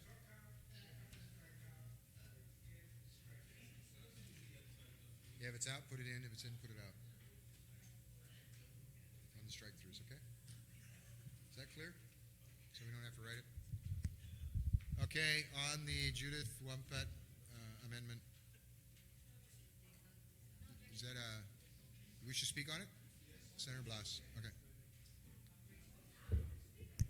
Yeah. So the other one was my sis. Thank you, Mr. Chair. Mr. Chair, I have to voice my opposition, my objection to the amendment, to my amendment here. And, it all goes back to, giving the governor the flexibility to be able to move the needed money around, so that he can continue to operate the government. And, there's going to be hard decisions that are going to have to be made. And it's going to be now these decisions have to continue to be made way past these halls. And, the whole intent of this thing is to give the governor that flexibility in the funds that are going to be made available to him through the different appropriations, to include, the appropriations for the entity that the good author of this amendment to the amendment wishes to exclude from, so that the governor can continue to operate the government. Quite honestly, I don't see how much more how much more this cat can be skinned. And I think that we're, it's down to the bare bones, and after that, there's nothing left. So, I object to this, and I beg, my other colleagues to see likewise. Thank you. 1 minute recess.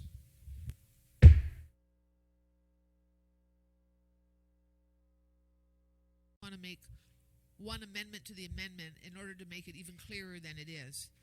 Okay, what's that? And it would go to the line, which is the 6th line from the bottom. I want to insert the word certified. Only full-time certified teachers, guidance counselors, Judy, and school librarians. Wrong amendment. What? That amendment has that boat has long since sailed, Senator Guthertz. But can we still do it, Mr. Chair? No, not really, unless we go back. But it will help. Well, it yeah, will but help. not now. We're in the Okay, middle of later. another I'll do it later. Senator Spicio, do you wish to speak on the Wampet amendment?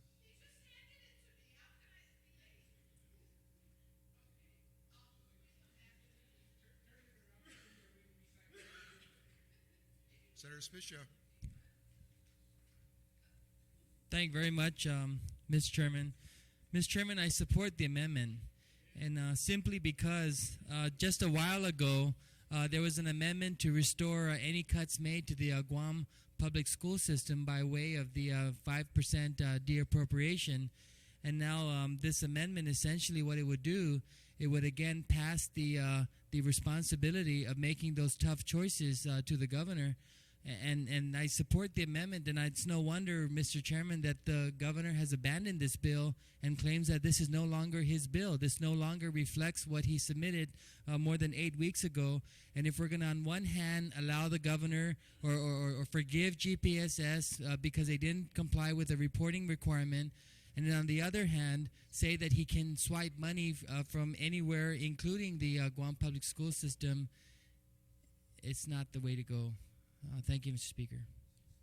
On the motion, all those in favor, please signify by raising your hands. Senator Pangilinan, I know this is not his seat. He probably thought there was going to be a lengthy conversation. In any event, I see 1, 2, 3, 4, 5. You know what? It's going to fail anyway, Judy. I only see 1, 2, 3, 4, 5. You know, you got to max 6 votes or something. It's going to fail. 6, 7 votes. You're not going to hit 8. All right. So that motion does not carry.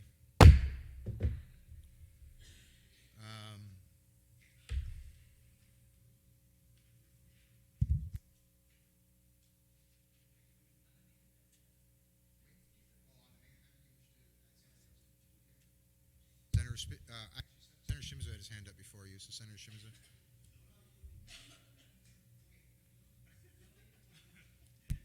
The foundation has been laid already 8 weeks ago. This is now the collateral equipment that goes in. No, I can understand Senator Blas's concern here when financial resources are so tight. Earlier, we are Governor, talking on the Blas amendment. Yes, sir. On the Blas amendment, I commend Senator Blas on trying, because I think he has the ears of the governor, the pulse of the governor. Huh? Yes, and I know, but I see this because I think he understands that in the past 8 weeks, we have been struggling with the financial constraints that we have, the cash, the cold cash. And he sees the transfer authority to be given to the governor as a way to be able to work with the financial constraints that I think what's going to come out of this budget. And when I say that about having the ears of the governor, there's absolutely nothing wrong with that because it gives us some indication as to, while he may say this is not his budget, he has ways of getting some of his concerns through this body. And I'm thankful for that we have some flow of communication from the governor. My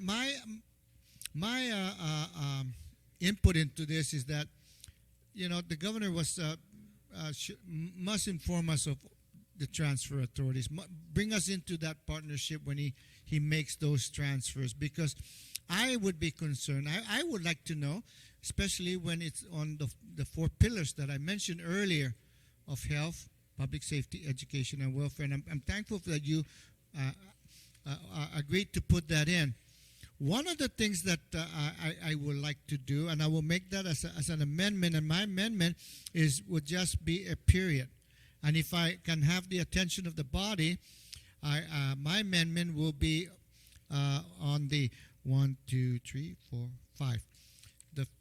The 5th line from the bottom, and the verbiage here is underlining, these are new items, failure to provide the report on the 20th day of the month following the transfer will result in the removal of the governor's transfer authority, period.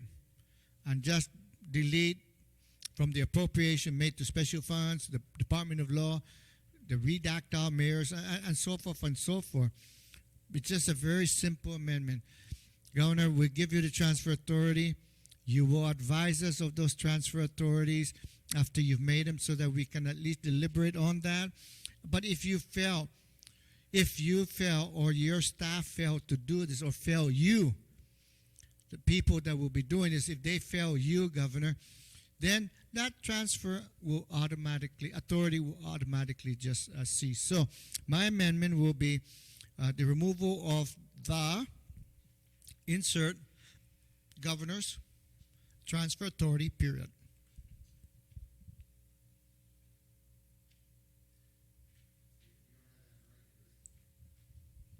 Yes, I do. If they want, I can just give them what I did here.